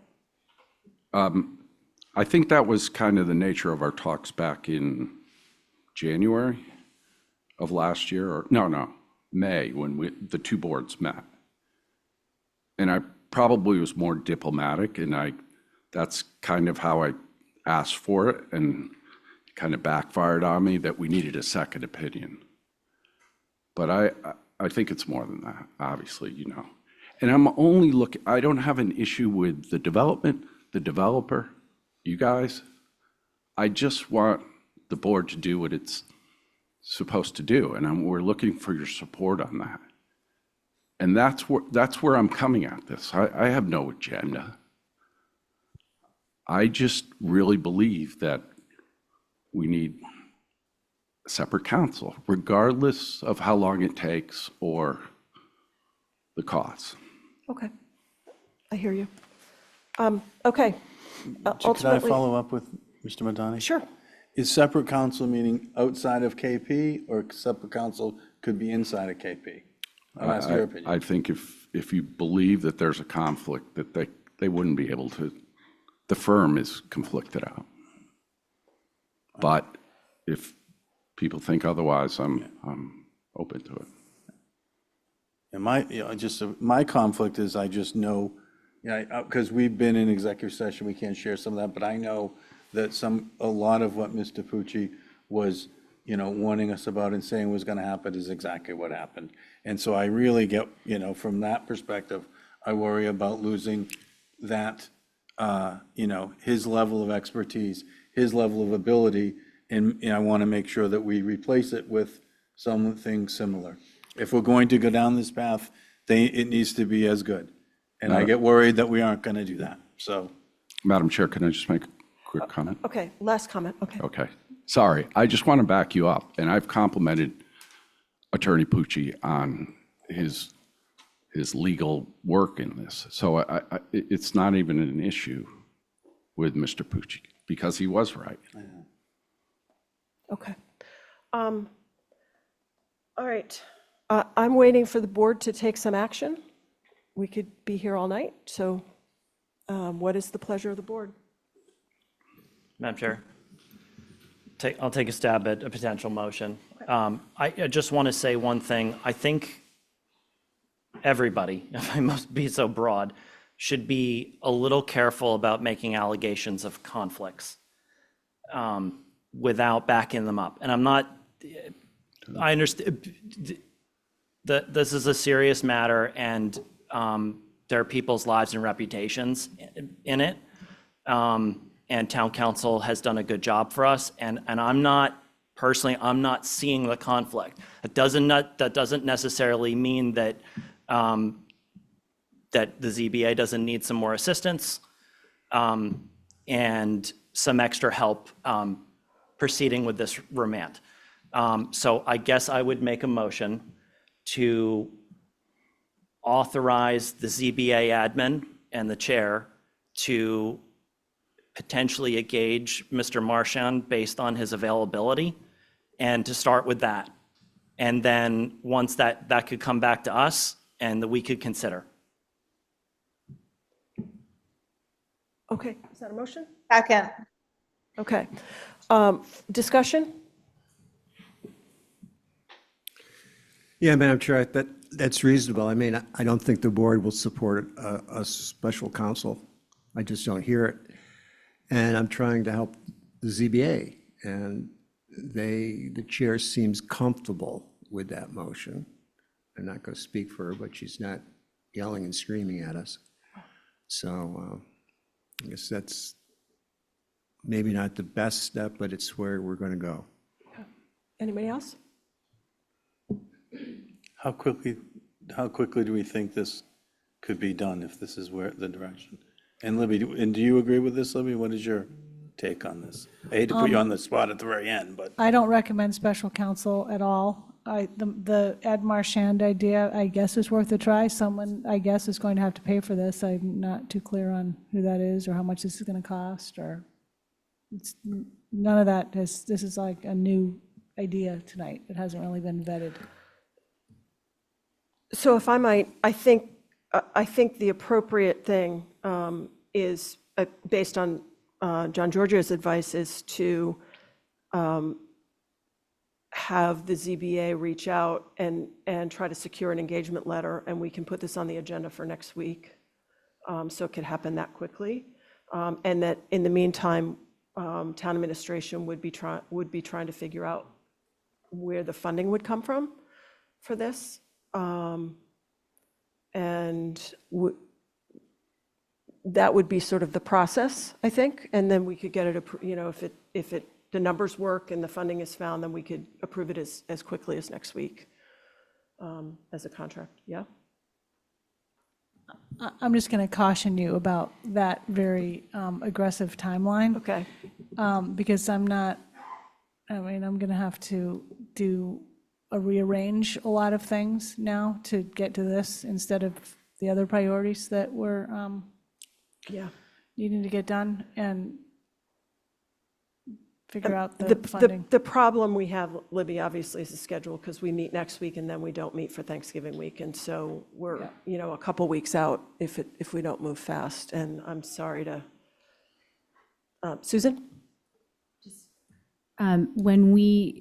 I believe I mentioned it earlier, and I don't know how that plays out for this part of the 40B review, but Ed Marchand was, I believe, paid for by the developer during the first. Yep, not likely here. Well, maybe we can. So what is your meeting schedule, just out of curiosity? We meet tomorrow, and then our Surfside Crossing, we have a special meeting on the 20th. I think it's either 12 to 4 or 1 to 5. And the one after that? December 12th or 14th. Okay, so I think we don't need to do this on the 20th, because it won't be impact. done in time Yeah, for your next meeting anyway. So I would say if we shoot then for our first week in December meeting instead, that give town administration a little more time, and that way the decision would be made before your next meeting, and obviously you'd be checking availability with Mr. Marchand or equivalent if he has a recommendation of someone else. I would think, if that's okay, Tom, to amend your motion so they don't have to come back to us. So moved. Okay. And that way, you could also check availability and meeting schedules and so forth. And so we'll know it works when we consider the engagement. How's the board feel? I think that's fine. Since we have two attorneys here, can I ask the general question? Is Surfside Crossing required to pay for Ed Marchand or those services for the second go-round, or is that on us? Yeah, good question. George? If this remand is a true start-from-scratch remand, is it the same deal or is it different? Good point. Yeah, you could ask. Why don't we leave it there? You could ask. Okay. I'd rather not tell you all the alternatives, because I don't want to give the developer any ideas about what to argue in opposition. Gotcha. Okay. Okay. All right. So we'll proceed on that basis, that the ideal is that the developer covers the cost of this. And we'll pursue that option. Yep, so just when you say we will pursue that option. You. Well, I'm hoping we doesn't mean me, but I'm going to have to discuss it with the chair and the ZBA staff and figure out who we is going to be. Yeah, who we is going to be. Okay. So Erica, you clear on the motion? As mud. As mud. Okay. Tom, you want to restate? Farrica? I mean, Tom's motion was to move to authorize the ZBA administer and chair to potentially engage with Ed Marchand pending his availability for the select board to consider. Brooke, you then said the ZBA have the ZBA reach out to Ed Marchand to secure an engagement letter, and we will figure out where the money comes from, and then it was suggested that the developer pay for it because this is a remand. Okay. And then Tom said, so moved, and I don't know what he was moving. Okay, so Tom, you want to restate your motion, please, based on all of that? Yeah, the only thing I would add to that, Erica, is that Ed Marchand or equivalent is what Brooke said. So if I were to restate, it would be a motion to authorize the ZBA, the ZBA admin, the chair of the ZBA, and town admin to engage Mr. Marchand or his equivalent of service that can provide expertise for your processes, and to provide a potential engagement letter to return to us for consideration at our first week in December meeting. December 4th. Okay. Dawn, is that okay? Yes, second. Okay, so Dawn's still second. Okay, by roll call, Tom? Aye. Dawn? Aye. Matt? Aye. Malcolm? Aye. And the chair votes aye. Okay. Thank you very much. Yep. Okay. Next up is town-sponsored warrant articles for 2025 annual town meeting.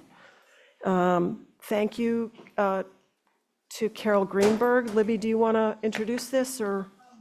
Okay. Okay, so this is what I'm calling outline number 4 of potential town-sponsored warrant articles. And really the newest thing on here is, there's a couple things actually. I'll get to Carol in 1 second. Home rule petitions at some point are going to need some board direction on what you would want to resubmit. But I think I may have mentioned last week, we can probably, I don't see any of this passing before December 31st, but it might. So after December 31st, we'll see what did or didn't pass, and then you can decide on resubmittal. And there was a kind of a flurry of email about the seasonal community designation opt-in under Mass General Law acceptances. And I think there was a kind of a back and forth with Senate Council and Town Council about whether or not we need a warrant article. And I think the end result was the warrant article is recommended to stay in. And that was the only new items, other than I guess I could point out that under the category of other, there's some stricken language there pertaining to the airport. There had previously been some discussion about an article concerning restricting use of funds for South Apron expansion, and that article is not needed, and the airport has concurred with that. So the general bylaw section, you've had a little bit of discussion about potential noise bylaw amendments, and they kind of were brought forward a couple of months ago by the Wisconsin Civic Association, also over the summer by the Non-Voting Taxpayers Advisory Committee and the Nantucket Civic League. So, summary, it was recommended that those groups go to a Nantucket Builders Association meeting and review any proposals and see if they might support something. So Carol, I think, attended that meeting and is prepared to report to you on how it went. Okay, Madam Chair, members of the Select Board, I'm Carol Greenberg, President of the Wisconsin Civic Association. Thank you for the opportunity to present this noise bylaw proposal this evening. It's a work in progress that we hope will ultimately be a town-sponsored article for a vote at town meeting. As Libby said, we're working with the Nantucket Civic League and their 25 member associations across the island. We've met with the Nantucket Builders Association Board and having conversations with the landscaping community, as well as the Advisory Committee of Non-Voting Taxpayers. Together with your feedback, Our hope is that this noise bylaw will be attractive to both our tradespeople and residents of Nantucket. We know that construction and landscaping noise have been an issue raised by various Nantucket community organizations over the years. Every few years, it seems a new proposal is floated to examine the bylaws and propose changes. About a year ago, a small group proposed calling for a construction moratorium in some areas during the summer months. Frankly, several of us in the Nantucket League looked at this as a non-starter, but it did cause us to go back and look at what is currently in the books on the subject of noise. What we did find was that the current noise bylaws are a bit of a hodgepodge, if you will, with different definitions of peak season and different noise curfew times, depending on whether the location was or was not in the town or Sconset historic districts. I'm assuming here, great.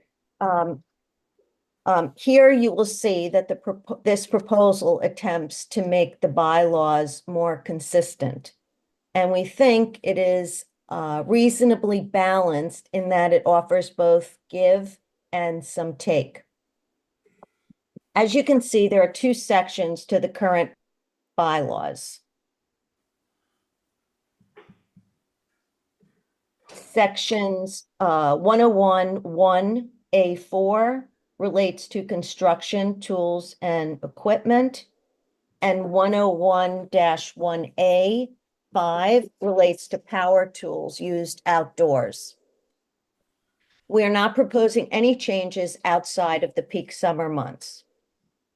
As for the peak summer months, at present, the peak period is defined as July 1 to Labor Day in the historic districts, but June 15th to September 15th in non-historic districts. We are proposing that the peak period be made more consistent by aligning the historic districts with the non-historic districts. So that would shorten the non-historic districts' peak season by 1 month, 2 weeks on either end. Also, at present, the noise curfew times are inconsistent. For section 101-1A4, construction noise bylaw, we are proposing the non-historic district times in peak season be aligned with the current historic district times, so that the curfew for all districts would be 6 p.m. to 8 a.m. across the island, 10 a.m. on Sundays. For the outdoor power tool noise bylaw, 101-1A5, we're proposing the peak season curfew be from 6 to 8 a.m. Monday through Saturday, and again 10 a.m. on Sundays. This would shorten the curfew in the historic districts, though it would increase the curfew period in the non-historic districts. So overall, there's a give and take here, and it has the added advantage of making the rules much more consistent across the island.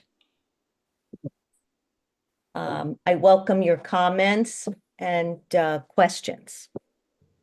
Thank you, Carol. Any questions from the board? Comments? Any expression of desire for the board to support this? No problem with that. Okay, so just into the mic. Sorry. Madam Chair, I have no problem with that. Okay. Anybody else? Don? My only comment is I think consistency across the board leads to clarity and better potential for compliance. And I know that the Builders Association didn't offer to, they weren't going to take a position on it, that they were open to educating their membership But to me, whether the times are exactly where we need them, I don't know, but I do really support the effort to make it consistent across the board, unless someone can explain to me why they were not consistent before, for why that was set up in the first place. Just to comment again, Madam Chair, presently living in a construction zone, the noise has been quite significant, and most of my neighbors are extremely confused about the bylaw. And half of my complaints that I've gotten in the last year were about that. So it needs to be consistent, and we need a lot of education. Okay. All right. Thanks, Malcolm. Anybody else? I guess I have a question, Malcolm. Would this help it, do you think? Would this help the situation you're facing right now? No, I think the, my second comment is education and understanding. The citizens of the island do not understand the noise bylaw. They think there's a ban on noise at certain times during the day, and it's not. It's really at times at night, so. Okay. Thanks, Carol. The board will take it under advisement, I guess. Did you want to add something? Yes, I just wanted to react with what you said. When we did go in front of the Builders Association, they were concerned about Toscana making very early deliveries. And we came back and said, you know, we could certainly work that in here, because their concern was that they start very early in the morning and they do their prep work. Another conversation came about enforcement, and I think that goes to what you said about compliance, and I think it will be easier for everybody to understand and enforce, if you will, with these changes. So thank you very much. So now that begs a question. Would it mean that early morning deliveries were important to work being able to start at the hours when people could use? I wasn't clear on what you meant by that. Well, I would have to follow up with Toscano to find out exactly, or with the Builders Association. But their concern was that Toscana comes very early, I guess, with the cement trucks before the builders come in. So I would have to find out more about that, but I assured them that I would do that. Okay. That would be helpful to get specific feedback on the concerns that the Builders Association had in terms of these limitations, and come back to us. Will do. Okay. Anybody else? Okay. Thank you. Okay. Back to Surfside Crossing. Review and adoption of the Select Board comment letter for Surfside Crossing 40B. Do you want it on the screen or just want to discuss? It's pretty long, right? It's redlined. Yeah. Okay. Do you want to? So let's put it up. Okay. Yep. Libby? Okay, so last week, we went over this, and I made some changes that I heard you indicate, and those are all shown as mentioned. They're all redlined, and I think the only item that is sort of outstanding is there was some discussion during the short-term rental, whether or not units could be short-term rented. There was something about making the language similar to whatever is in Richmond permits, and I don't know what that is. So I asked if somebody could provide it, and I honestly don't know if I got it yet or not. I don't really think I did. So I don't know if anybody knows what that is, maybe.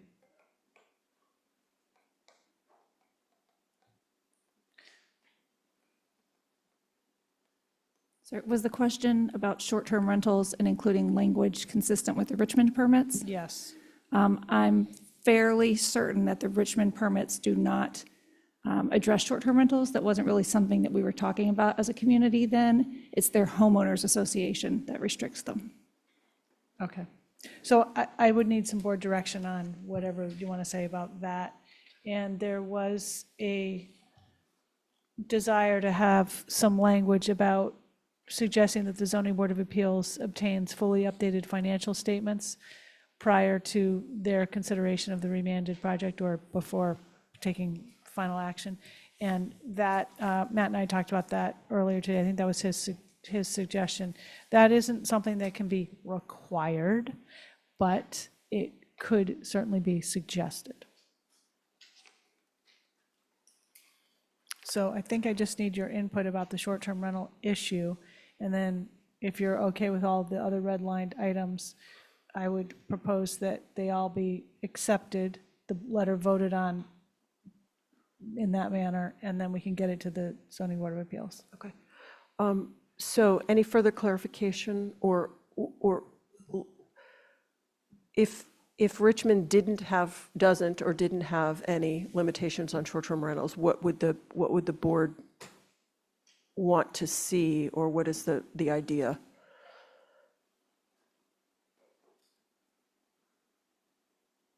Well, Matt? this is where we get in trouble, is, sort of trying to make stuff up on a Wednesday night. I know. So, I think, the goal is to be consistent with other homeowners associations or others. I think the Surfside Crossing owners have said that they were going to limit 75% of it. They've made comments, they've made representations throughout this and I think that some of what we were trying to get to was, making sure that they followed those recommendations. I think the goal isn't to have this be I don't think their goal has been to have this be a short-term rental, with 75% short-term rentals. I think it's some version where it is not that, Tom? Madam Chair, might it be an okay idea for me to ask the housing director for what other developments, et cetera, do? Kind of take that, I'll write it up, send it to you. You could send it to the board, and maybe we can, if the letter can wait till next week, we can approve the full letter. Erica? I was just going to say, and the planning director can correct me if I'm wrong, but I don't think that we've had any other large-scale developments since the short-term rental debate has come up that this has really come under. I have my hand up. Dawn, go ahead. Sorry. I just think I can provide some clarification.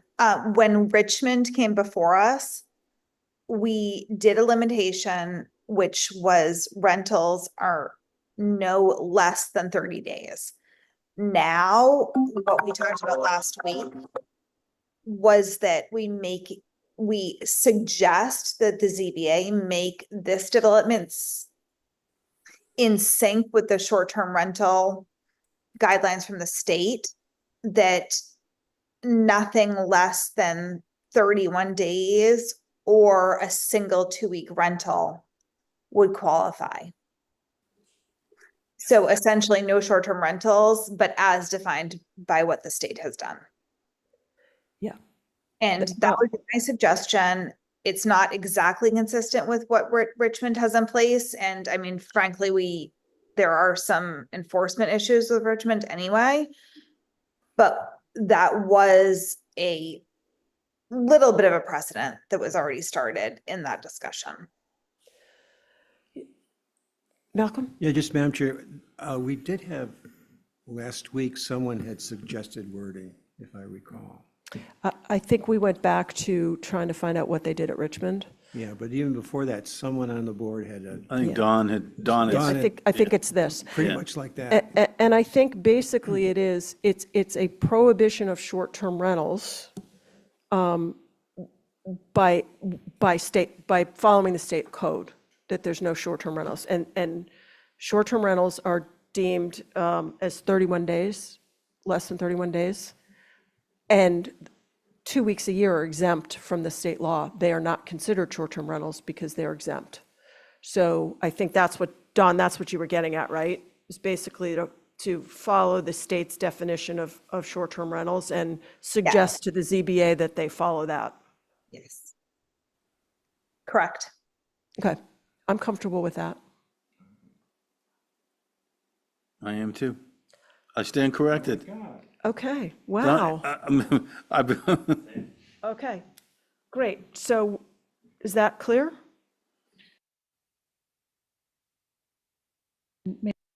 Okay. And I think it's pretty clear. Yeah, okay. So anything else that we want to add, or are we prepared to adopt this document for the ZBA?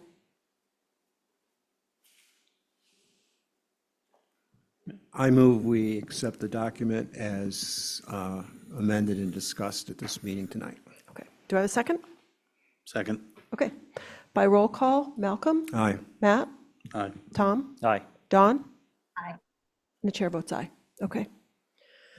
Can I make one quick comment? Sure. Yeah, and this is not us telling the ZBA what to do.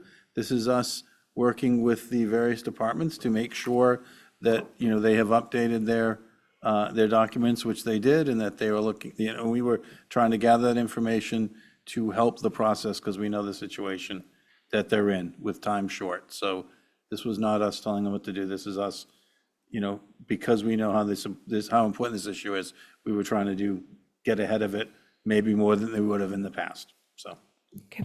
that's my take on it. Thank you for that. Susan? I just wanted to say thank you. It'll be helpful to us to have that for our meeting on the 20th, so thank you. That's great. Okay. All right, any committee reports? All quiet on the Western Front? Okay. Well, one, I think we need to talk, not a report, but just, I think we need to think about the African Meeting House and how we're going to proceed with that. Is there some other, we made some comments. We don't have to do it tonight, but I don't want to forget that. Okay, thanks, Matt. Okay, moving on. I'm going to open the public hearing to consider the appeal of Doherty ACK LLC, Doherty ACK LLC of Historic District Commission disapproval of Certificate of Appropriateness number HDC 2023-12-9708 to raise the height of a previously approved pool at 2 Mariner Way, map 55.1.4, parcel 72.4. If town council could please give us the 30-second primer on HDC appeal again for the public's edification. Yes, good evening again, Madam Chair, members of the board. This is George Pucci from KP Law. When the select board hears appeals of HDC decisions, the standard of review is whether the commission acted in an arbitrary and capricious manner or otherwise contrary to law. So in other words, it's a very high burden for somebody to try to overturn the HDC's decision, either to approve or deny a certificate of appropriateness. The board is not to substitute its judgment for that of the HDC. If there was evidence on the record before the HDC that a reasonable mind could determine would be adequate to support their conclusion, then it is the select board's almost duty to uphold then the HDC decision. So it's a pretty high bar. In terms of your procedures, I would leave that to Erica. You've been doing these for years, and she has a published procedure that she follows. And it typically, again, as you do everything, it goes through you, Madam Chair.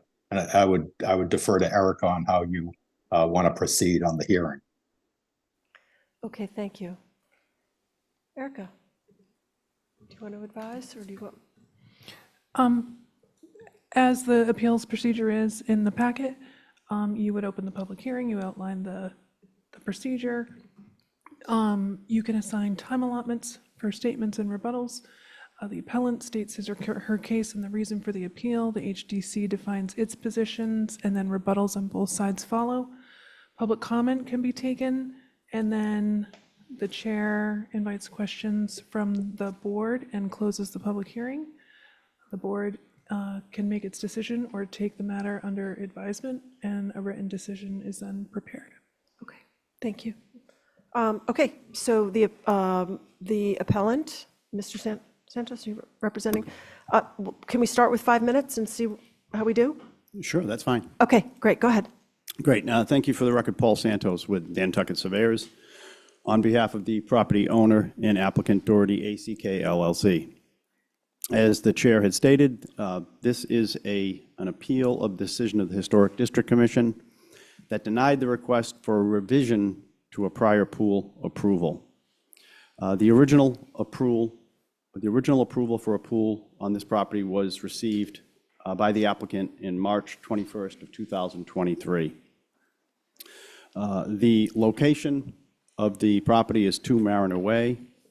2 Mariner Way is a lot within a subdivision approved by the Nantucket Planning Board in 2015.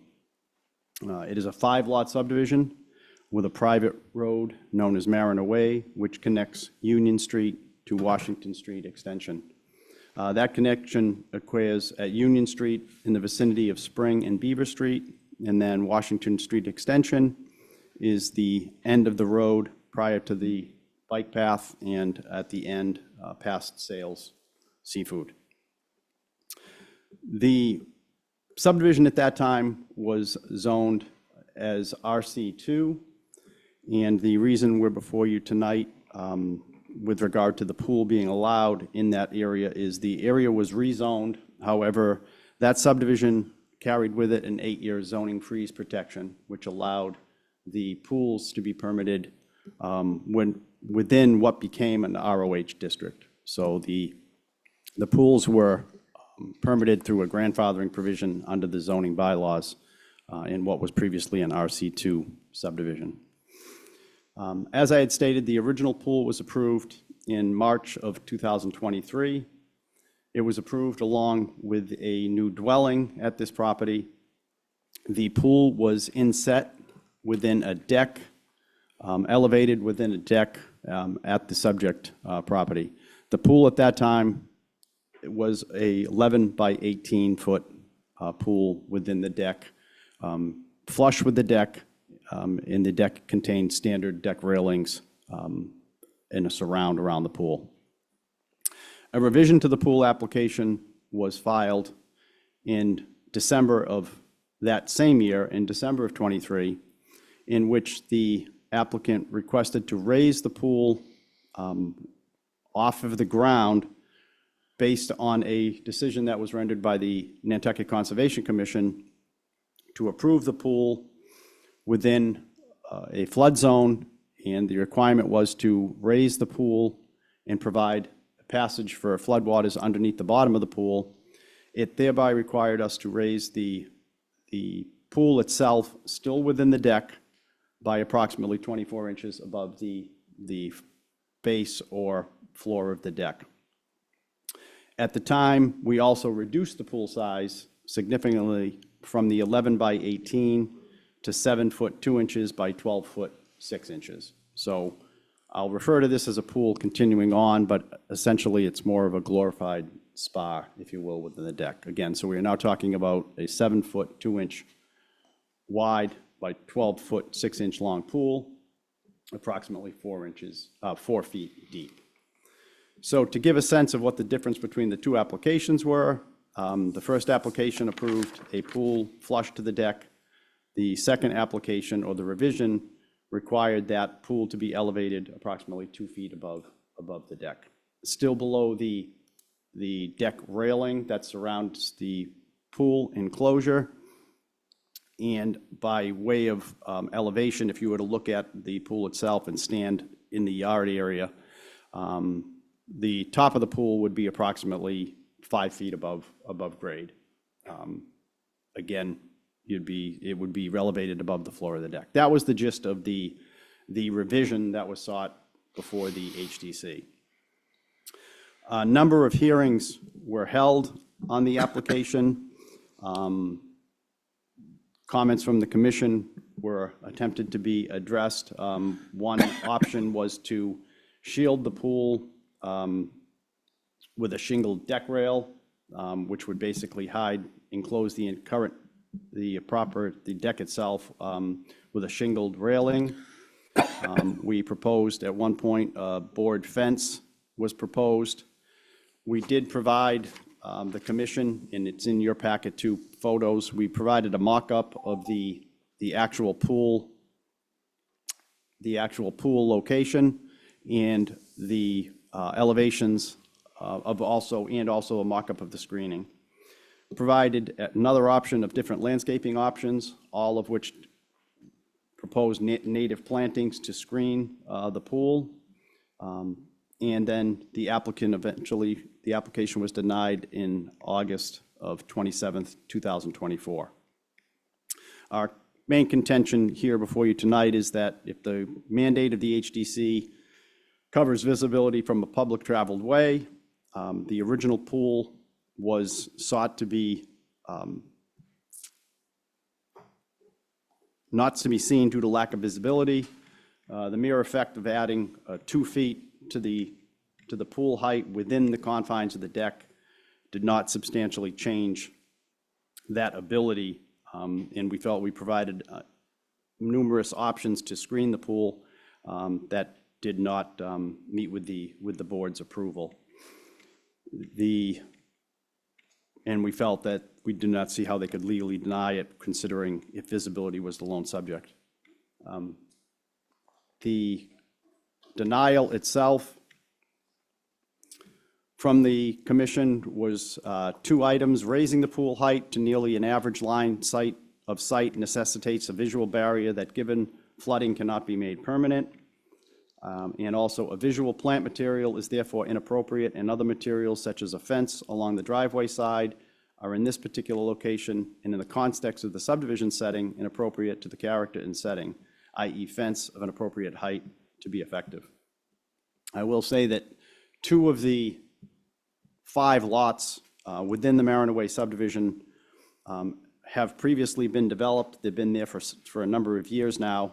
And within those 2 lots, you have standard wood fencing, you have privet hedge, and the decking on those properties are screened with those particular items. Standard privet and board fencing, which when one walks in this particular area is prevalent throughout this location. The Marinaway, Union Street, the side streets are all basically screened in a similar manner.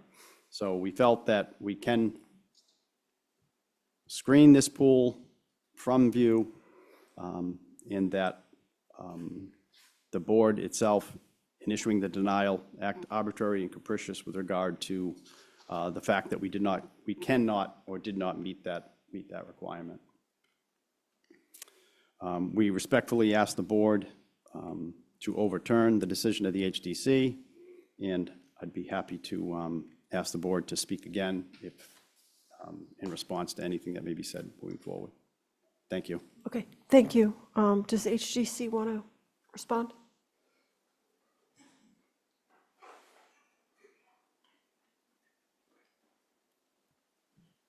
Good evening, Madam Chair, members of the board. So I'm just going to kind of go through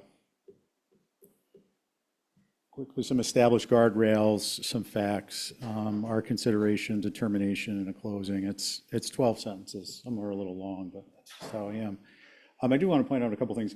One, I don't believe that I think it's a typo in notes that have been read.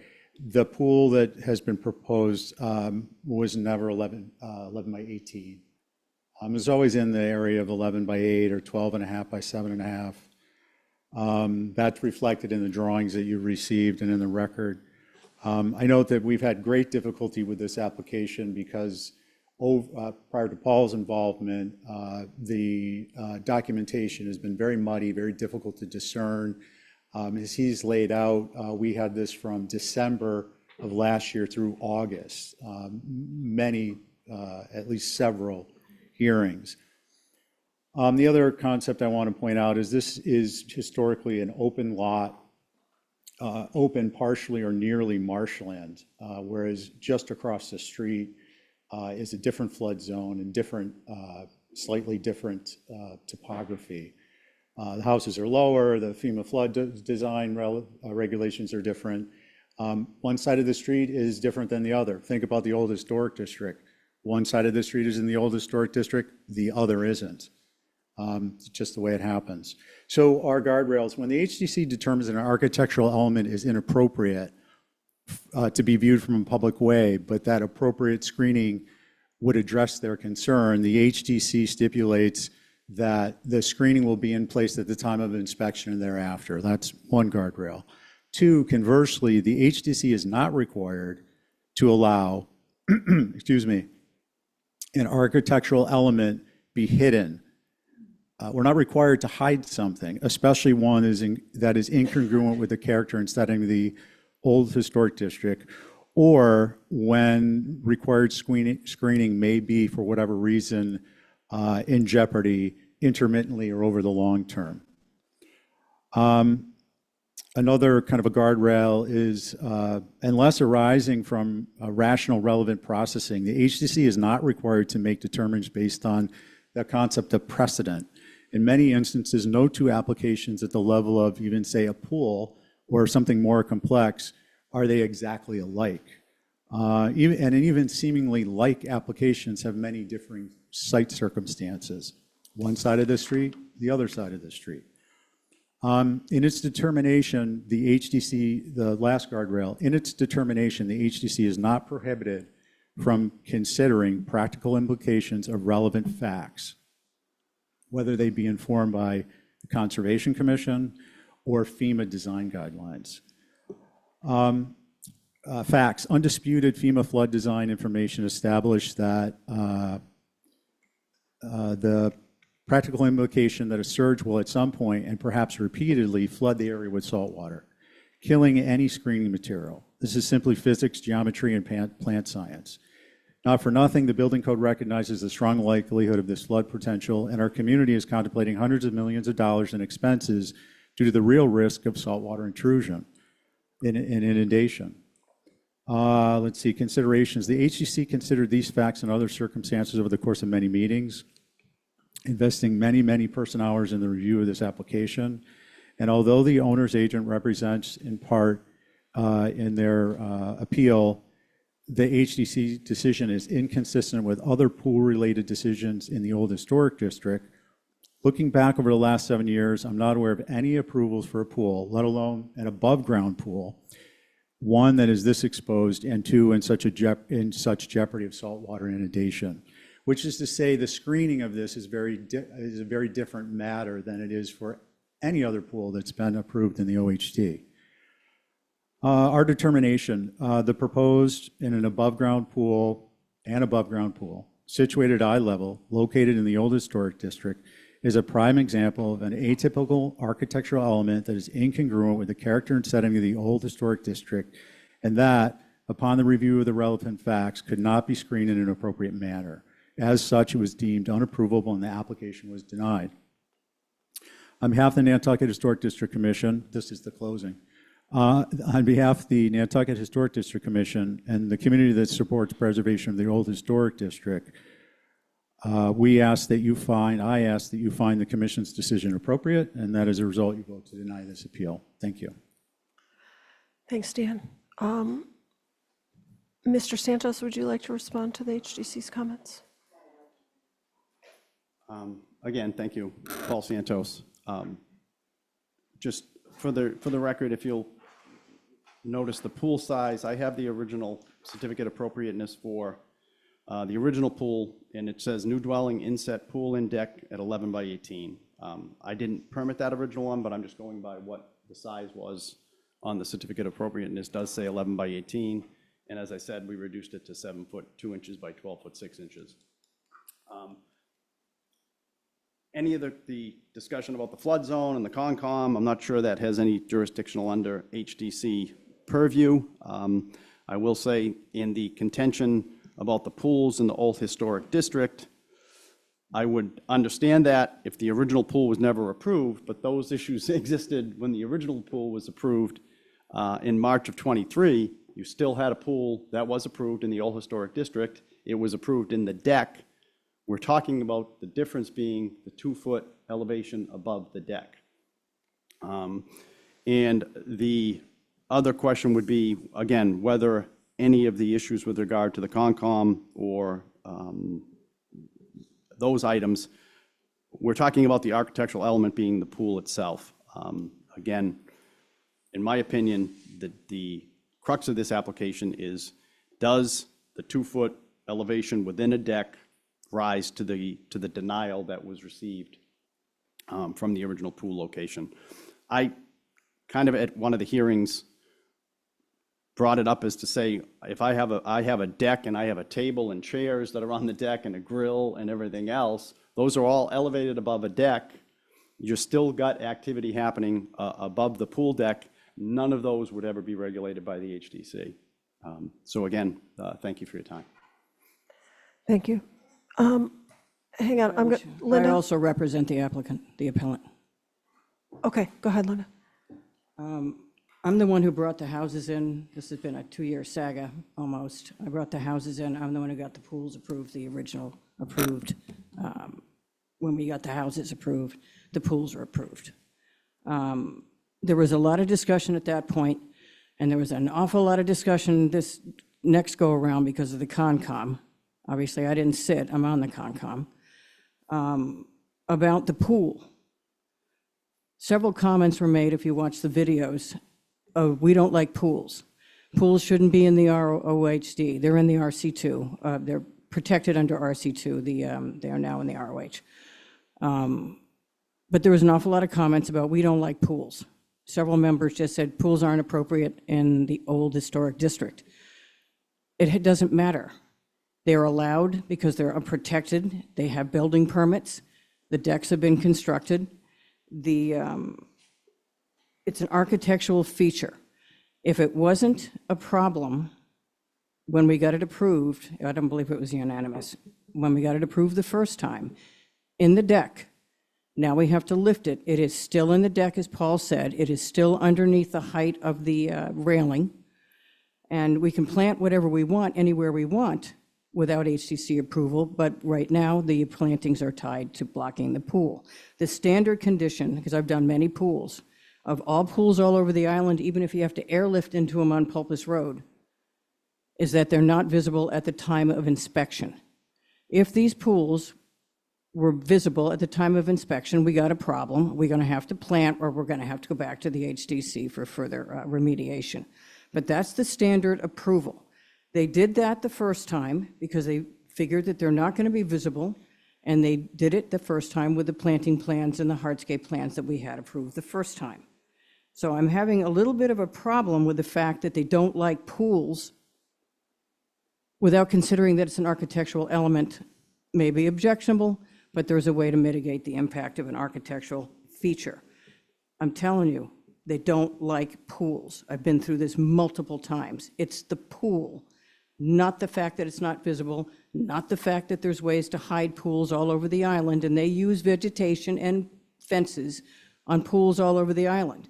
To say that there haven't been any down in town proper, there was one down on Brant Point, which is a very large pool, and at the flood level, and the Concom made them raise it up slightly, so the top of the pool wasn't going to be subject to washover had it gotten flooded.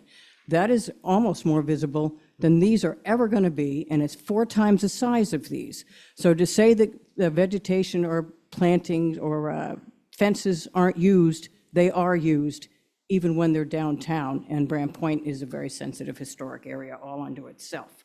So I'm having a great deal of trouble with their focus on the fact that it was a pool as opposed to an architectural element that we can hide. But the fact that it's 2 feet above the deck of the pool is still under the railing, it's still going to have plantings, and it's still going to be not an impact. We heard a substantial amount of complaint from the other people that are on Mariner Way, and there's 2 other houses on Mariner Way. They are also elevated out of the ground. I was the chairman of the planning board, the HDC, I believe, when those came in back in the day. They are elevated. FEMA changed, so the elevation has gone up because of the change in the FEMA zone. But they're not appreciably higher than the ones on the other side of Mariner Way, because they were also under a FEMA, but under a different section at that time. the nearly marshland thing is not an HDC purview at all. Whether or not the plants are going to be washed away down at the Brant on North Beach Street, which I also did that pool, it is also elevated above grade substantially. And doesn't have anything to do with the one down on Easton or any of the other pools that are coming in now. That's not in their purview. The plants that we picked are on the approved list, I should know, from the Concom for planting in flood zones. We're not planting something that's atypical or weird, except that there's privet, which is an invasive species, on the other properties on Mariner Way, directly across the street, directly next door.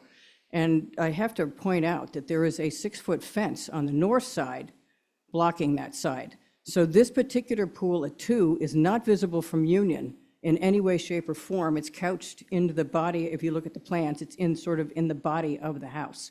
It's not visible from Mariner. It's not visible from Union. If they were, we wouldn't have proposed them. So I'm asking you to, oh yes, one other thing. When Paul said we reduced the size, we did reduce the size because I came in with the first one at that size. These are not pools. You can go and you can sit in it. It's 4 feet deep because of the fact we had to bring it up out of the ground and because of the fact we don't want it sitting up very high off the deck. It's simply what they refer to as plunge pools now. Not very much going on. You're not doing laps in them, you're sitting in it. So I just wanted to ask you to overturn their denial as arbitrary and capricious, as one who's represented hundreds of pools. Or at the worst case scenario, remand it for us to work it out even further. But I'd rather you overturn them as being arbitrary and capricious, because if I've ever seen an arbitrary and capricious decision based on the previous approval for this pool and the reduction in size, et cetera, I've rarely seen this kind of arbitrary and capricious in my 30 years of dealing with the HDC. Okay, thanks, Linda. Stephen?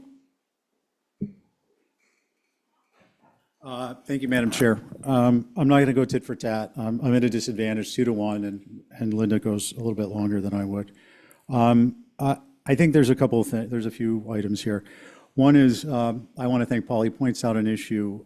Size, as recorded in the application Linda has stated she submitted, is written as 11 by 18. However, the drawings that accompany that very same drawing show a pool that is 11 by 8. I believe it's 8. It might be 11 by 9, but it's significantly smaller. If you look at the drawings as originally approved and you look at the COA, you will see the discrepancy. That, as I pointed out earlier, is just one of the issues we've dealt with this application and the two that are related to it at 4 and 6 Mariner since the beginning. The other thing is, this pool at eye level is not a pool at deck level. That is a completely different animal, and it is the basis for the decision, or the process that led to our decision. And the HCC is, of course, required to consider relevant information, whether it's from the Concom or FEMA or anywhere else. If part of our rational nexus is to determine that something is atypical but can be appropriately screened, and we determine that a fence is to be put there, and we determine also that that fence will not be stable in the ground, well then, yeah, that's part of our decision-making process. In this instance, it's saltwater inundation with plant material. The last thing is, I don't think it's appropriate, according to your own rules, for the applicant's agent to be submitting information that's not in the minutes, that is hearsay, in fact, and therefore irrelevant to this process. I didn't come prepared to defend on merits of information that isn't in the minutes. And I think it's, thank you, Linda, I got the floor. And I think it's inappropriate for you all to consider that. So I would ask that you please consider the relevant facts as they've been presented in the minutes and the information we presented here tonight. Thank you. Okay. Thank you. This is a public hearing. I'm going to take public comment. I have an attendee online, Amy Cohane.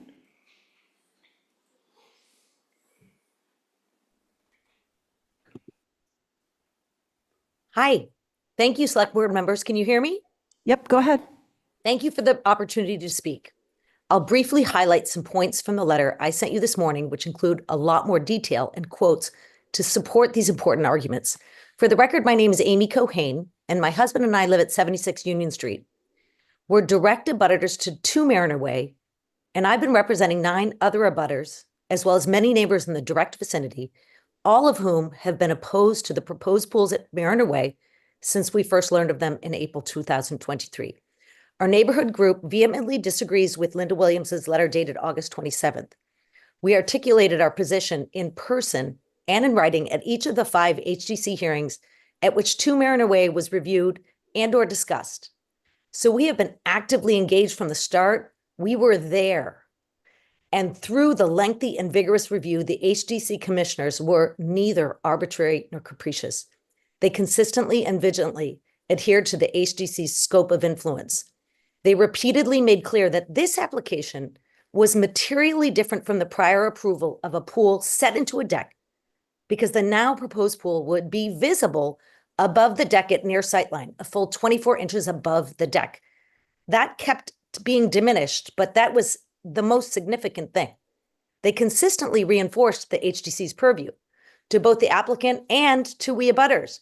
It was stated over and over, we can only control the visual aspects of these projects, not the nuisance factor. It was said over and over. And even to the point that Linda just made, at one point, one of the commissioners even talked about the actual value of pools on Nantucket. Pools are a convenience of modern living and more lucrative for rentals. Therefore, there's a driving desire to put them in. So there was not this prejudice against pools. Once it was established that the pool would sit 24 inches above the deck, the commissioner's focus was on a screening solution that would, quote, integrate into the location without being obvious. They patiently welcomed revision after revision from the applicant, which would provide a plan for screening in perpetuity that would be appropriate for the location. By any standard, this application was given every opportunity to succeed. If the developer presented a plan that met the standards that were clearly stated by the HDC, the application for 2 Mariner Way was discussed for over 3 hours across 5 meetings with numerous revisions by the applicant. Part of the reason it was drawn out was because it was a challenge for the commissioners to get some of the most basic questions answered about the plans. At the January 16th HDC meeting, when Williams introduced the now above ground pools, she acknowledged that it was conditioned that we come back here by the Concom. But from the very start, it almost sounded like she thought they were entitled to a quick approval from the HDC, because she even said at that meeting, I quote, "These holes are already being dug. These are tiny things." And then soon after, in what seemed an attempt to minimize the differences from the original plan for the pool, Williams said that as a result of the Concom requirements, quote, "I think overall, they may end up around 16 inches above the deck, but it's just that." Mickey Rowland, a respected member of the community and the chairperson of the Historic Structures Advisory Group, corrected her, pointing out in the drawings that the proposed pool set a full 24 inches above the deck, not 16 inches. In spite of being repeatedly corrected that it wasn't just a revision, Paul Santos came back on August 27th and said yet again, we're simply raising the pool so that it's 24 inches above the deck, as if it were a non-issue. And he presented a proposal that included landscaping that is not typical for the neighborhood. The preservation planner responded, recommending that plantings be at the highest height of screening. And then Mickey Rowland responded that, quote, "The landscaping hedge can be an effective screening tool, but sometimes those plantings look just as out of place as whatever it is they're trying to hide. A non-traditional and obtrusive landscaping screen would not be appropriate." In addition to the appropriateness of landscaping, the concern about a permanence of landscaping in this particular flood zone, saltwater intrusion, was called out repeatedly. Another quick point, Williams made a comparison about the Mariner Way pools and those that have been approved at the HDC by the HDC on Easton and North Beach Streets. While both areas are in a flood zone, neither Easton nor North Beach Street are in the OHD. Mariner Way is at the gateway to the OHD, steps from the harbor and the Goose Pond, and is considered one of 2 areas of extraordinary consideration on Nantucket. Holding high standards for screening in perpetuity at Mariner Way is neither arbitrary nor capricious. Finally, I believe it was relevant to share in my letter the uninvited correspondence I received from the applicant's I representative. think we're going to, that's a matter of record, Amy. Let's not go Okay, there. we applaud the HDC for their amazing patience and their thorough and sober review of the proposed pool at 2 Mariner Way. Select board members, we urge you to uphold the decision made by the highly respected HDC commissioners. Thank you from us and all of our abutters. Okay, thank you. Are there any questions that the board wants to, having heard everything, any questions for the applicant, the appellant, or the HDC? Okay. Pleasure of the board on the public hearing? I move that the public hearing be closed. On the mic, sorry. I move that the public hearing be closed. Okay, do I have a second? Second. Okay, by roll call, Malcolm? Aye. Tom? Aye. Matt? Aye. Dawn? Aye. And the chair votes aye. So the public hearing is closed, and now the pleasure of the board. I have just one question for town council. It seems as though the application for the pool was allowed under a protection on a zoning change, so that was protected under the RC2 zoning, but the application is being viewed in the old historic district, correct, by those standards? My question makes, so the application was made under the property was in the old historic district when this application was reviewed? Well, it had to, I think the issue is more, Madam Chair, with regard to different statutory schemes and different jurisdictions. So in other words, their ability to even have the pool in the first place apparently was a pre-existing use under zoning, or there was a freeze or something. In other words, they were saying that we don't have to get a special approval from zoning where we have a pre-existing use for that. But that would be entirely different and independent from the HDC review. So the HDC, even if everybody else, every other permitting board allowed the pool, the HDC still has its own independent jurisdiction to view the appropriateness of it under their enabling legislation. So things can be permittable under other jurisdictions, and still that would not preclude the HDC from denying the permit. Okay, thank you. Any other comments, questions, pleasure of the board?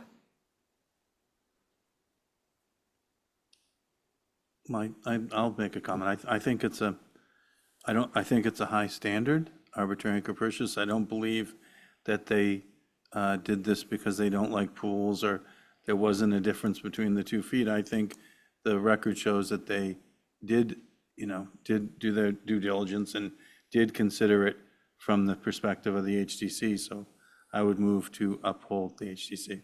I'll second that. And deny the appeal. Yep. Okay. So I have a motion, a second. Any questions, comments before I go to a vote? Okay, by roll call, Matt? Aye. Malcolm? Aye. Tom? Aye. Dawn? Aye. And the chair votes aye. That's unanimous. Okay. Okay. Oh, we're at the end. There you go. Do I have the motion to go home? So moved. Second? Second. Okay, by roll call, Matt? Aye. Malcolm? Aye. Tom? Aye. Dawn? Aye. And the chair votes aye. Good night, everyone, and thanks out there for listening.